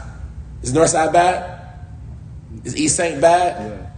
No, I'm saying Kufa. That's what I'm saying. No, not Kufar. So it's a different. Kufa. Kufa is a city in Iraq. It's a city in Iraq, right? The North Side got tons of lovely people, and it got tons of good things, right? But it also got some problems, right?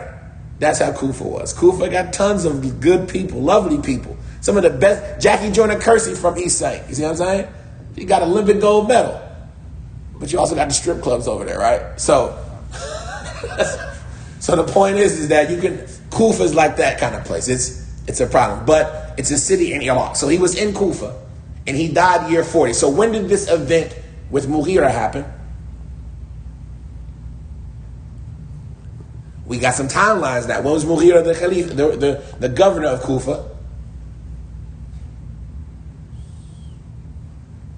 21, 22. That's towards the end of the Khilafah of Umar, all the way up until the early part of the Khilafah of Uthman. Do your homework, find when Uthman was the Khalifa. When did he become the Khalifa? Abu Bakr 2 years, Umar 10 years. So Umar 10 years is now what? 12. 23. Uthman was Umar 8 years? I always get confused. Ali was 6 years because he died year 40. Right, so we got 13. I want to say 12 or 10 was Umar, and then 8 or 12 was Uthman. I think Uthman was longer than Umar. But you see, now you can kind of devise this timeline, right? So this is going to be something that happened somewhere around the mid-20s, right? And now we know, was Abu Mas'ud in Kufa during that time? Yes. And so if somebody says they heard from Abu Mas'ud and they was in Kufa in the 20s, does that make sense? because he was there in the 20s. See what I'm saying? So, he died sometime after the year or around the year 40. And since we're here, let's just do it now. His son, Bashir ibn Uqbah ibn Amr. They say he was a Sahabi as well. They say he was a Sahabi as well.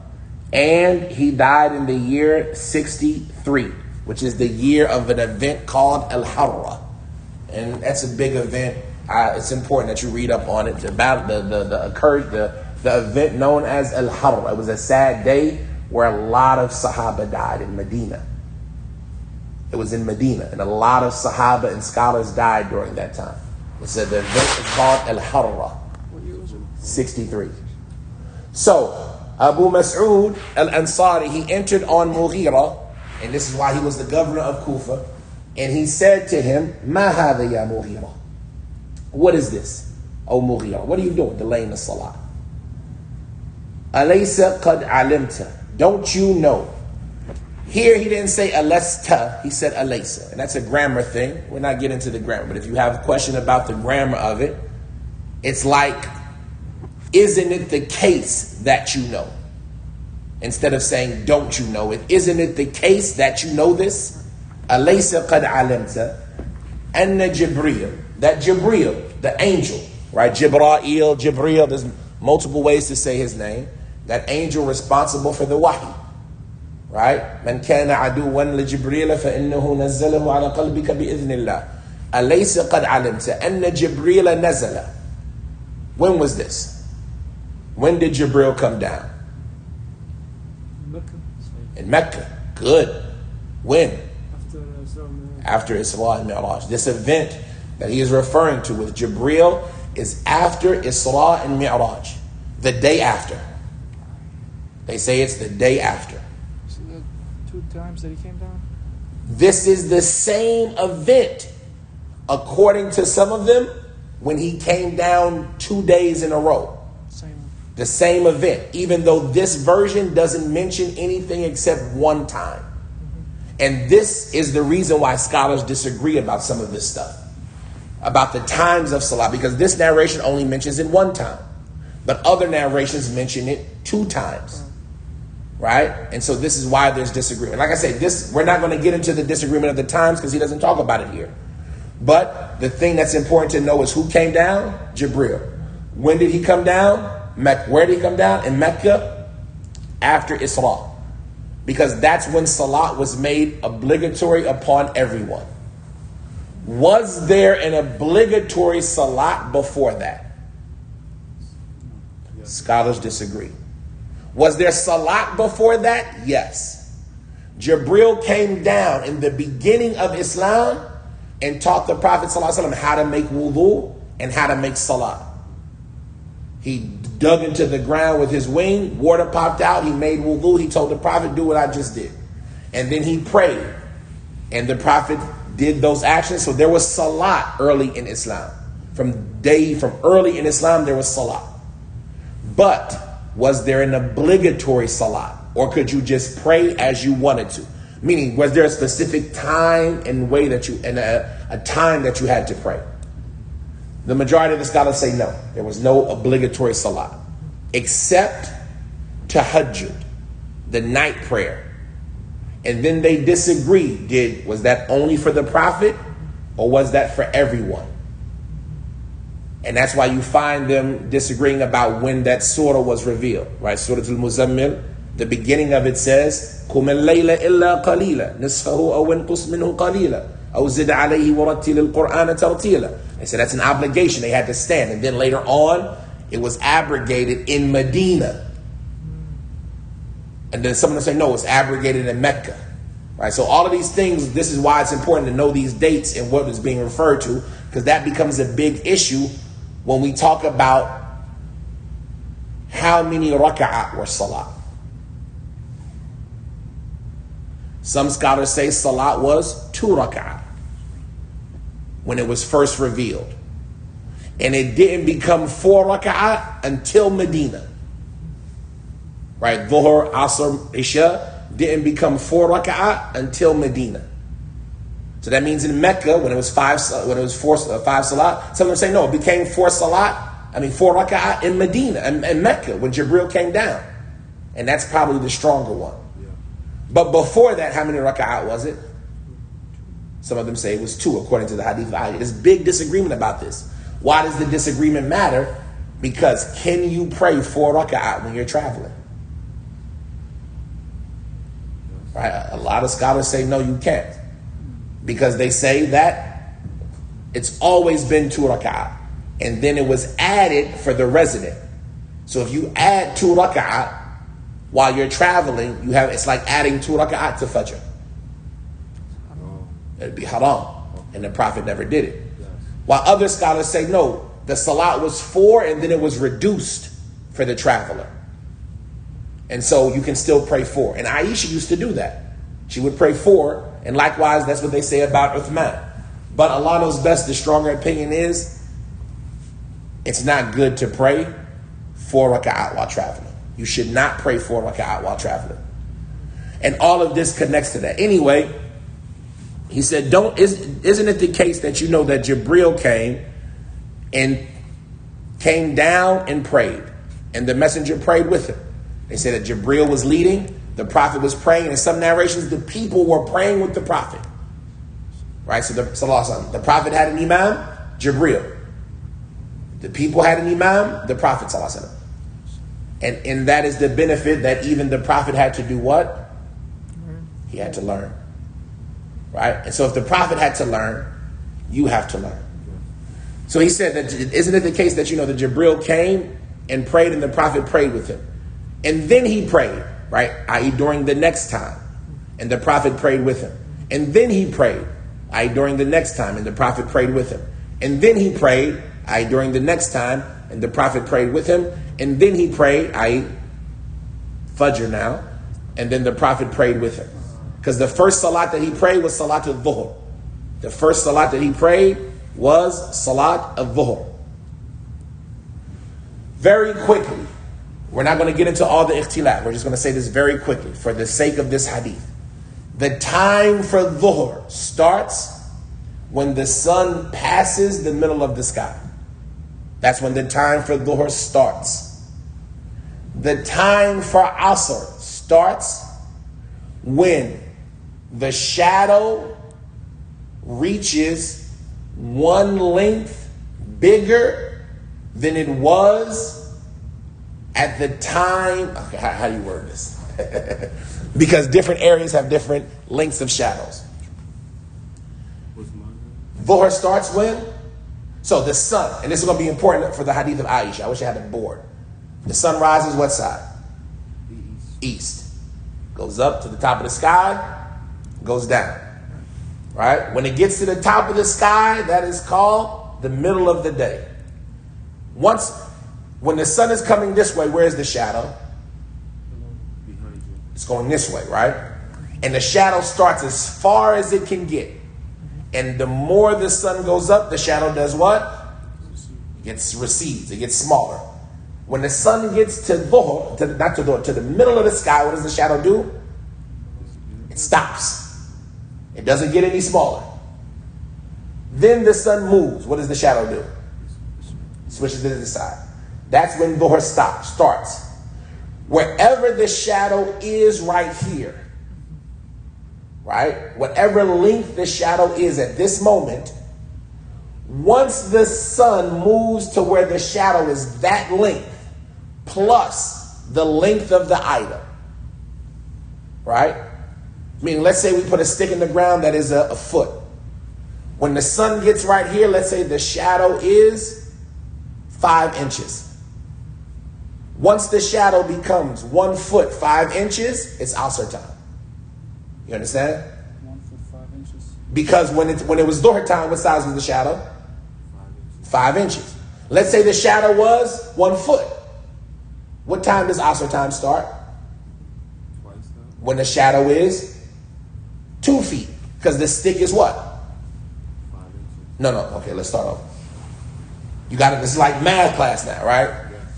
I always thought, like, let's say my my size, if I see that length. What if at Dhuhr time your shadow was already your size? Yeah, I saw that too. Because that's what I'm saying. At different spots on the earth, the shadow starts at a different point. If you're in the middle of the earth, right around the equator, at Dhuhr time, there'll be no shadow. Right? Because the sun will be directly above you. But if you're a little bit up here, will the sun be directly above you? So you'll have some shadow. Whatever length that shadow is at Dhuhr time, that's the 0 mark. Whether it's 1 inch, whether it's 5 feet. You see what I'm saying? That is the 0 mark. Once that 0 mark has reached the length of the item in addition to the 0 mark. Right? So if that shadow at 0 was 5 inches and the stick is 1 foot. Once the shadow reaches 1 foot, 5 inches, it's now time for what? Awesome. If the 0 mark was 10 inches and the stick is 1 foot, when does Asr start? 1 foot, 10 inches. If the shadow was 2 feet at 0 mark and the stick is 1 foot, when does Asr start? 3 feet. Right? Whenever the length of the item is added to the size of the shadow at Dhuhr, that is when Asr starts. Does everybody understand that? Asr starts when the length of the item is added to the shadow at Dhuhr. And then there's disagreement. Is there a break between Dhuhr and Asr, or are they one time? We're not going to get into all of that. Meaning, can you pray Dhuhr and Asr time? Or is there an absolute cutoff? Scholars disagree. Then Maghrib is when? It starts when the sun completely sets below the horizon. That's the stronger opinion. There's other opinions, but the stronger opinion is when the sun completely sets below the horizon. And then Isha. When does Isha start?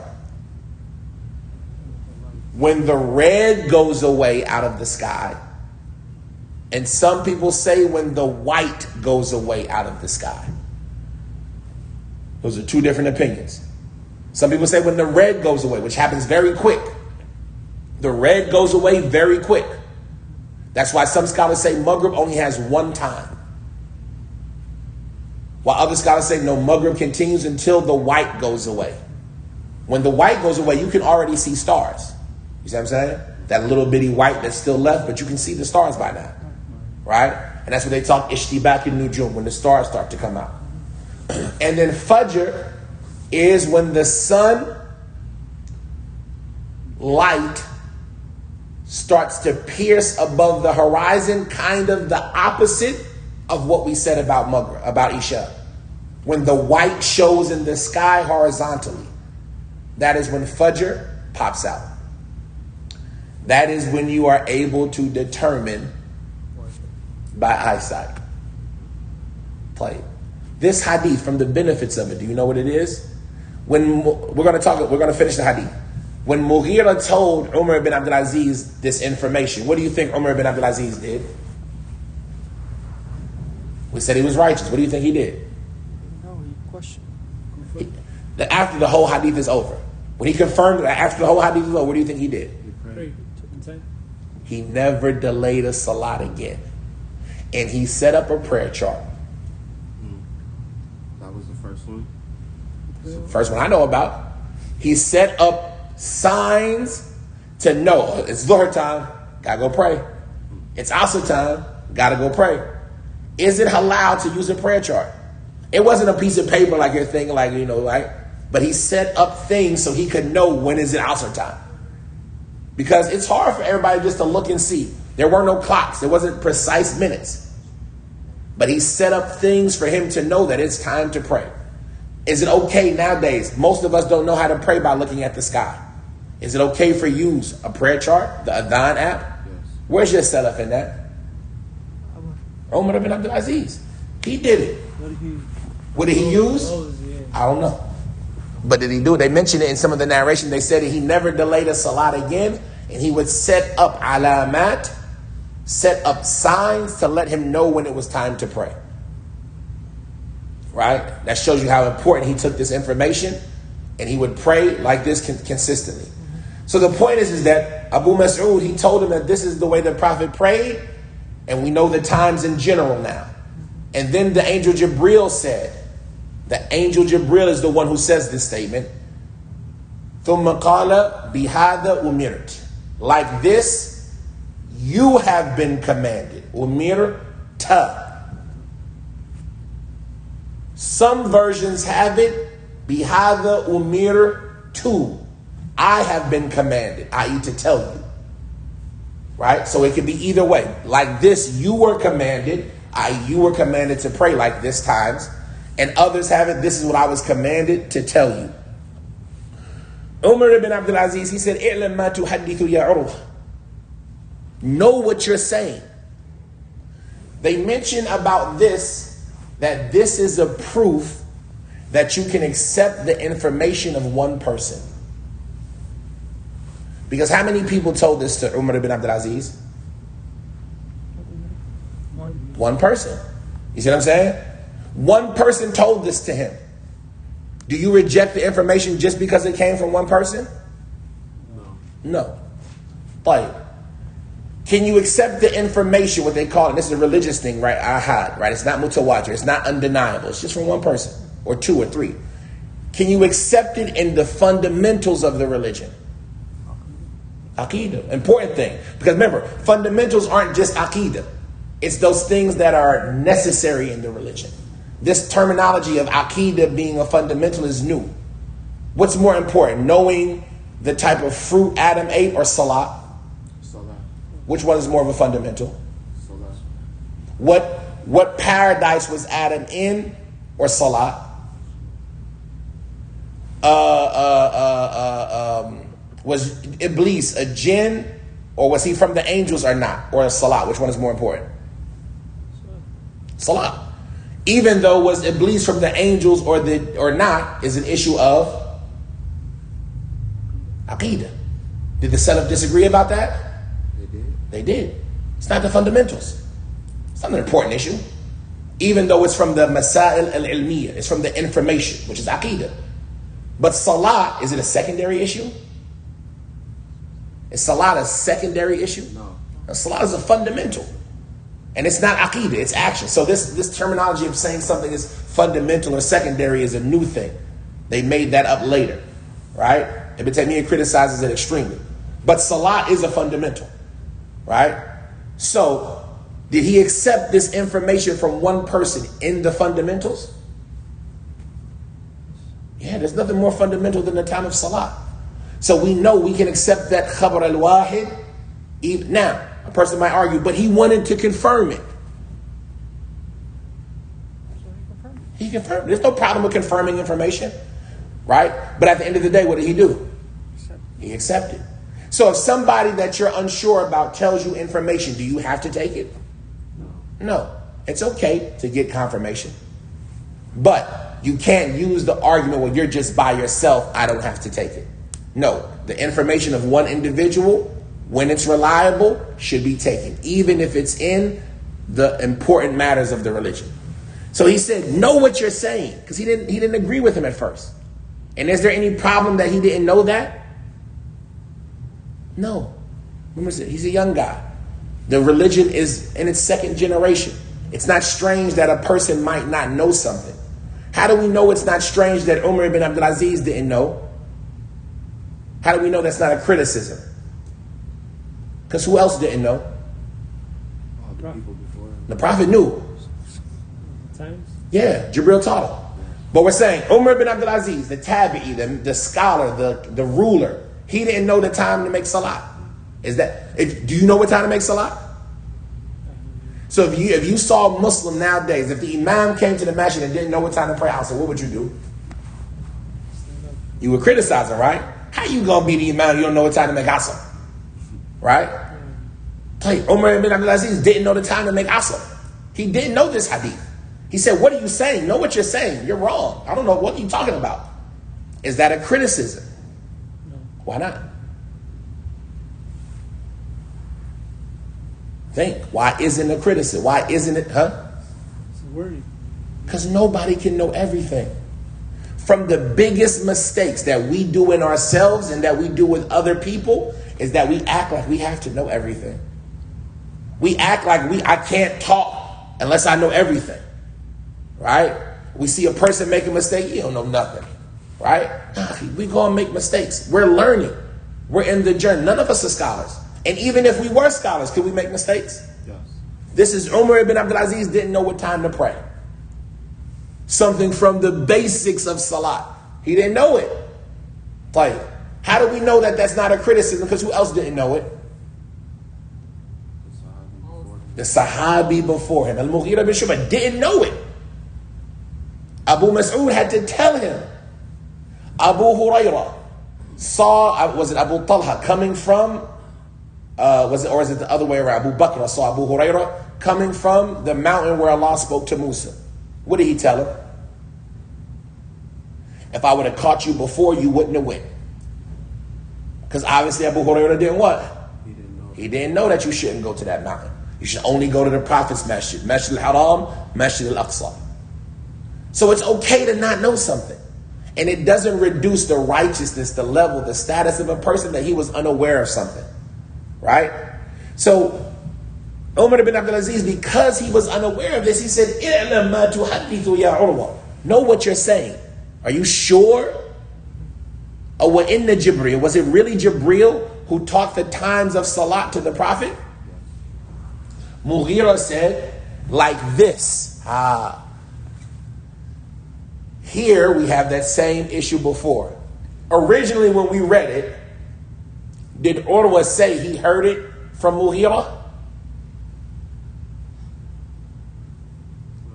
No. We all overlooked that, right? Was that connected when Urwa said it? When was Urwa born? After the time of He was born year 23. When did Mughira die? When was he the governor of Kufa? None of y'all paid attention to it. When was he the governor of Kufa? No, I did. We said it. He was 62. No. 86 to 90. No. When was Mughira the governor of Kufa? The time of The time of Umar. 20. He was in the 20s. We talked about it. Was Urwa there for that? No. Because Urwa wasn't born until when? When was Urwa born? 23. Was he there when Abu Mas'ud told Mughira about this hadith? All of y'all been narrating this hadith the whole time is disconnected. That's why Umar asked. Now you start to see it. Why did Umar deny it at first? What are you saying? How are you saying this story about Mughira? You weren't there. You was a baby. You're my chef, you're my teacher, but you weren't there. Where you get this from? You were born 23. This had to happen around 21, 22, 23, 24, 25. You was a baby in Medina. How do you know this story about what happened in Kufa? And for that reason, he says what? كَذَلِكَ كَانَ بَشِيرُ ibn Abi Mas'ud يُحَدِّثُ عَنْ أَبِيهِ. So now we know the full chain. The full chain is Malik, Ibn Shihab, Urwa, Bashir, Abu Mas'ud. That's the actual chain of this hadith. You see what I'm saying? Up until now, it was disconnected. But now we see that Bashir, because where was Bashir at? Bashir was in Medina. Bashir, he died in Harra. Remember, that's why all these things, they start to come back together. When he died in Harra, year 63. You see what I'm saying? So he died before this in 63, because when did this event take place? Nobody remembers when this event between Urwa and Umar took place. We said sometime between what year?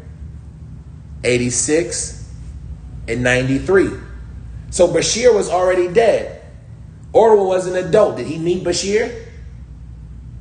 When Bashir died in 63, how old would Urwa have been? 30-something. He'd have been 40. He was born in 23. Bashir died in 63. Urwa would have been 40. Did he meet Bashir? Yeah, he was in Medina. He's a scholar of Medina. We have that connection now. You see what I'm saying? Now we have that connection that Umar ibn Abdul Aziz was looking for. I'lam ma tuhaddith. Where you getting this from? No, like this, Bashir used to narrate from his father. You see the point of that part of the narration now? Right, but did Urwa meet Abu Mas'ud? No. Abu Mas'ud died year 40. Urwa was born 23. Maybe he might have met him when he came back to Medina on the end of if it's true that he died in Medina. But Urwa would have only been what? 17? You see what I'm saying? 23 plus 17 is 40. And some of them say he died before 40. And some of them say he died in Kufa. So where did Urwa ever get any of this information? Like this, Bashir used to narrate on his father. And like this, we understand the full chain. Like the last thing, we're almost done. Urwa says, is this a new hadith or a same one? It's the same one. Who told us Urwa said? Who told us? Yeah. Malik didn't meet Urwa. Ibn Shihab. It's the same isnad. That's why he didn't say waqala Urwa. If he would have said waqala Urwa, that would have been ta'liq. And Urwa said, it's like I'm changing the conversation. But when he didn't say and, it's as if he's just continuing the same narration. So even though in your book it says hadith number 2, what hadith is it really? It's still number 1. It's just part of the same hadith. Urwa said, وَلَقَدْ حَدَّثَتْنِي عَائِشَةٌ. And indeed Aisha narrated to who? Me. Now you see which one is stronger, me or us? Me. Here, if you take the opinion of me, it's like this hadith is strong, right? It's at the highest it can get. Why did Aisha narrate to him alone? Here's this man entering upon Aisha. It's her nephew. His mother was Asma bint Abi Bakr. So Urwa had a good life. He's the grandson of Abu Bakr, the grandson of both of his grandfathers promised paradise. His father's promised paradise. His mother is Asma, got a great nickname in Islam. That's Nitaqain, right? The daughter of Abu Bakr. His mother, his aunt, is the wife of the Prophet, Aisha, the most beloved person to the Prophet. Guess who his great-grandmother was? Safiya. Safiya, the aunt of the Prophet ﷺ, because Zubair's mother was Safiya, the first woman to kill somebody in jihad. His brother, the Khalifa, Abdullah ibn Zubair, one of the 4 Abadillah. I mean, this is a great family. You see the importance of family in scholarship. When you're married, you're looking at the family. You're looking at the relationships, because this is how you build a good family. How do you do that with 80 women? Huh? We're talking about Mughira, right? We're not talking about Mughira right now, right? If you, right? Then I don't know of any Mughira's children that's as famous as Urwa. You see what I'm saying? Mughira's Sahabi, radiallahu ta'ala. But we're talking about Urwa right now. If you want to build a family dynamic like that, you gotta. But how did those things come about? Through community. This is Medina, right? They were around each other. They saw each other. Their kids grew up around each other. They met. You don't be afraid to ask somebody, right? If you have a presence in the masjid, if you have a presence in the community, don't be afraid to ask a brother, hey, I'm looking to get married. Can I marry your daughter? Don't be mad when the brother asks you, what you marry my daughter? Stop. Your daughter's a person from the people who needs to get married, right? Don't be offended if they tell you no. Don't be overjoyed if they tell you yes. But it's a community. And that's how you build these type of dynamics. So he said, وَلَقَدْ حَدَّثَتْنِي Aisha. Aisha, she was born when? It's in Mecca, right? She was born in Mecca, but when was she born? Let's work backwards. When did the Prophet build on her? When did he move in with her? 9. When she was 9. What year was that? Year 2 after Hijrah. So that means the year of the Hijrah, she would have been what? 8 years. 6 or 7. That means she was born when? It's not rocket. 6 or 7 years before Hijrah. She was born 6 or 7 years before Hijrah. She would have been, the Prophet made Hijrah, he was 53. You take 6 years away from that, it would have been 47. The Prophet would have been 47 years from the Prophet's birth. So whatever calendar you're looking at, Prophet's birth, she was born year 47. Hijrah, 6-7 years before. Right? When the Prophet died, how old was she? 17, 18. You need to understand these things. Aisha was young. She was a genius. Right? No stretch of the word. She was a genius.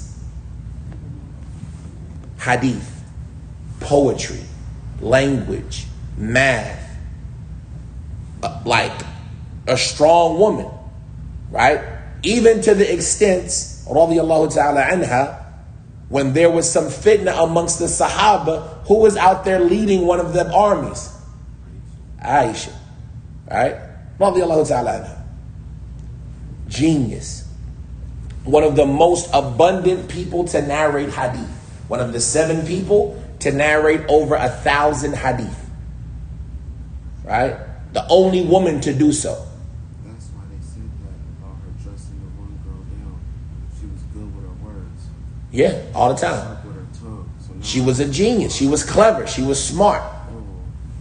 She is our mother, radiyallahu ta'ala. Allah sent down a whole surah, besides the other ayat, just about how good she was.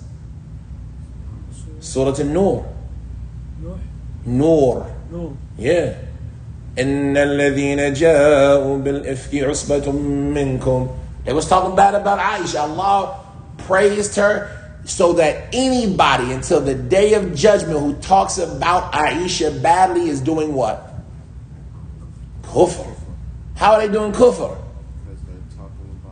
Because they talking about, Allah praised her in the Quran to be recited until the day of judgment that she is better than you're saying.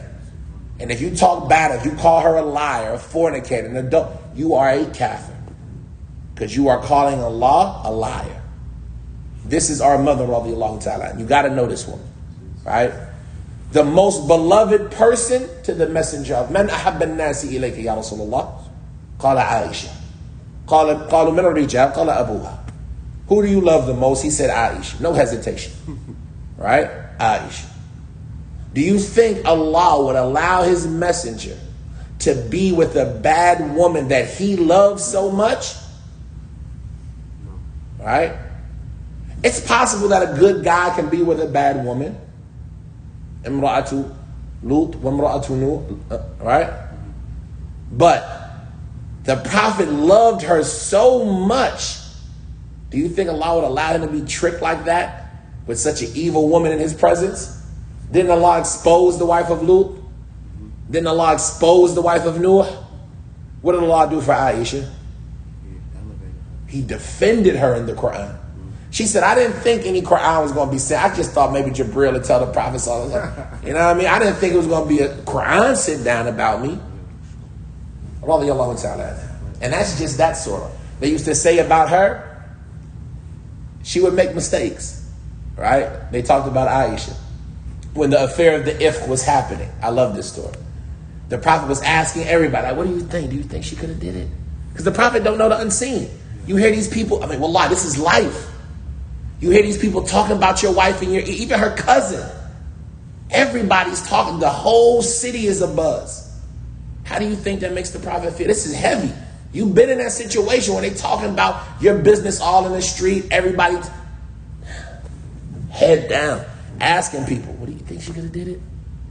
So he asked one of her teachers, one of her school teachers. She's still a young girl. How old was she when this happened? Al-Ifk was in year 6. He built on her year 2. She was 9. How old would she have been in year 6? 14, 15. It's not far-fetched to think a 14, 15-year-old girl could make a mistake. This is the first man. Maybe she got older and wanted to be with another man and experience life. They're humans. It's not impossible to think that that could happen. The Prophet doesn't know the unseen. Did this young girl betray she's a young woman.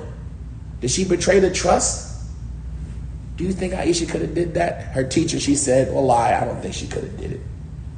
I don't know nothing but good about her. Except that when she's kneading the bread in class, she falls asleep in the dough. Right? That's the worst thing. She falls asleep when she's doing her schoolwork. Right? She used to get left behind. She's a young girl. She lost her bracelet.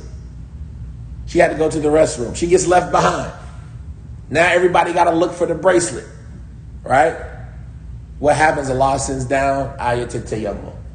He said, this is not the first good thing y'all did for us, O family of Abu Bakr. Right? This woman was amazing. She died in the year 58. She died in the year 58. She said, Urwa says that, وَلَقَدْ حَدَّثَتْنِي Aisha, Zawjun Nabi, the wife of the Prophet. You're going to see him constantly say her name like that. Stick it in there on her. Right? Those people that don't know. Who was she? Wife of the Prophet. Say it again, right? You don't like her? Who was she?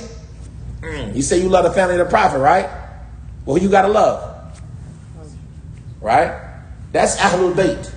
You say you love the family of the Prophet. Who's Ahlul Bayt? Allah called them Ahlul Bayt in the Quran. Right? وَيُطَهِرُكُمْ أَهْلَ الْبَيْتِ what's the ayah? واذكر ما تتلى عليكم من آيات الله والحكمة no, what's the ayah? إنما يريد الله ليطهركم أهل البيت إنما يريد الله ليذهب عنكم رجس إنما يريد الله ليذهب عنكم رجس أهل البيت ويطهركم تطهيرا. Indeed, Allah just wants to get the filth off of you, O family of the house. Ahl al-Bayt. Who's Ahl al-Bayt? The wives of the Prophet are part of them. And so these people that claim that they love Ahl al-Bayt, but they don't love Aisha, are liars. That's what I was going to ask you. Like, isn't it kind of the same thing because they are dedicating themselves to the Prophet Muhammad sallallahu alaihi wasallam? So Ali al-Bayt would have been done by the one who married him first. Exactly. The wives of the Prophet have more inclusion in Ahl al-Bayt. They're the wives of the... So if you say you love Ahl al-Bayt and you don't love Aisha, you are a liar. You are a liar. But she says, Kana Nabiyyu sallallahu alayhi wa sallam. The Prophet used to. Used to shows repetition. Continuousness. Whenever you see it in the hadith, Kana, it means all the time. Yusalli al-Asr. He would pray Asr. Where would he pray Asr at? In the masjid. That's the main thing I wanted to make sure. He wasn't praying Asr in her house. I left the diagram at home, but like you got the Prophet's masjid. The Qibla is facing south. Aisha's room is, if I'm not mistaken, on the, if that's south, this would be what? West, correct? If that's south, this is west. Her room is on the western side of the masjid. She has 1, 2, 3, 4 rooms. Her room is on the western side of the masjid. The walls of the room, they used to say they were about 1 meter high. The walls were about 1 meter high. How high is a meter? 3 feet. It's small. Like the rooms are not tall. Why is this important? She says the Prophet used to pray Salatul Asr, and the sun was in her, was shamsu fi hujratiha. The sun is in her room, qabla an tadhhar, before it would tadhhar. 3 meanings here. Scholars disagree. They all end up meaning the same thing. Before it would come above, meaning the sunlight is in her room, but there's no sun in her room. So if her room is on the west, let's make this the west, right? The sun is coming up. What time is it now? Awesome. No, it's Dhuhr. It's in the middle. Yeah. What time is it now? Asr. It's Asr. Is the sun in her room yet? No. But the light is in her room. So he would pray Asr. وَالشَّمْسُ فِي حُجْرَتِهَا قَبْلَ أَن تَظْهَرَ. The sun would be in her room before it would be above her room. Right? So the qars, the disk of the sun wouldn't be in her room yet. Right? Short walls, wooden roof with straw and date leaves, right? The sunlight's in her room, but there's no sun in the room. قَبْلَ أَن تَظْهَرَ قَبْلَ أَن تَعْلُو. That's the first meaning. Before the sun would be above her room. So that means that it would be what? At the early time of Asr. The other meaning is قَبْلَ أَن تَخْرُجْ. Before the sun would leave her room. Right? So the sun would be in her room, but before it would get behind the wall, he had already prayed Asr. And if her walls were short, it means that the sun wouldn't get behind her walls until when? Sundown. Until sundown. So he was praying Asr at what time? Sundown. No, before. Like early still. This is still meaning early. But the word tadhar there could mean takhruj. So the sun is either not in her room yet, or the sun is in her room but hasn't gotten behind the wall yet. And that wall is short. So it's still early. And then some of them say the meaning of it is قَبْلَ أَن تَظْهَرْ الظِّلْ or al-fay, before the shadow would get in her room. She has small walls. The sun is up here. Is the shadow stretching yet? Because the sun hasn't gotten behind it. But once the sun gets behind it, then the shadow would stretch. So he would be praying Dhuhr in her room before the shadow would stretch to the other wall. And if her walls were short, that's showing you that this is still early. Because it's before the shadow would even start growing a lot. So one of these three meanings is what this statement means. And the sun was in her room before it would be above her room, قَبْلَ أَن تَعْلُو, or قَبْلَ أَن تَذْهَبْ or تَخْرُجْ, or قَبْلَ أَن تَمْتَدِّ الظِّلْ. Right? These are one of the three ways that the scholars interpret this statement, but all of them mean the same thing. He would be praying Asr when? At the earlier time. And like this, we've completed that first hadith.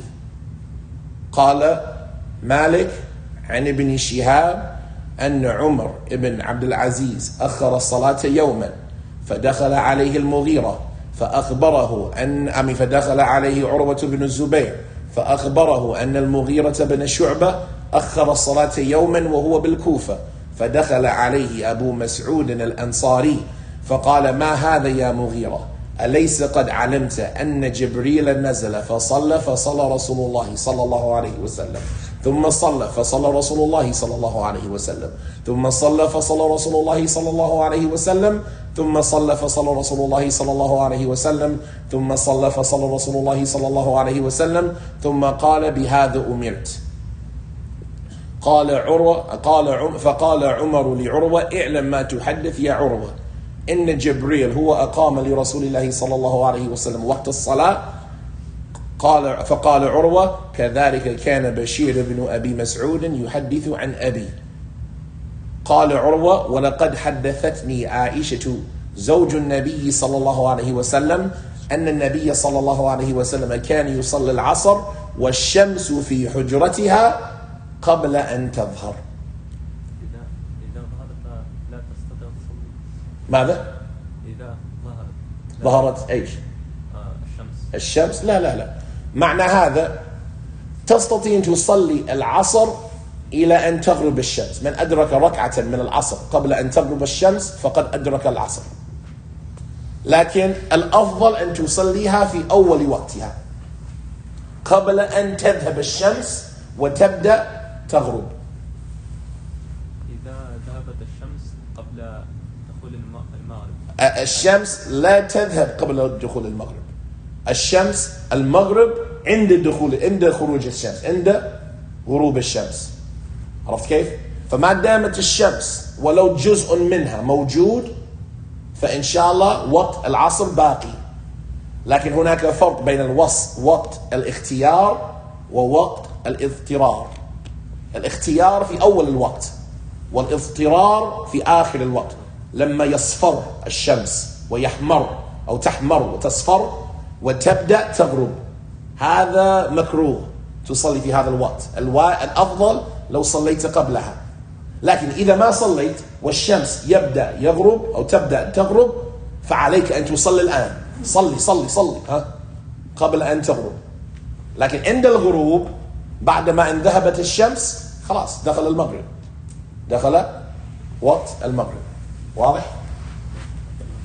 سبحانك اللهم وبحمدك أشهد أن لا إله إلا أنت أستغفرك وأتوب إليك.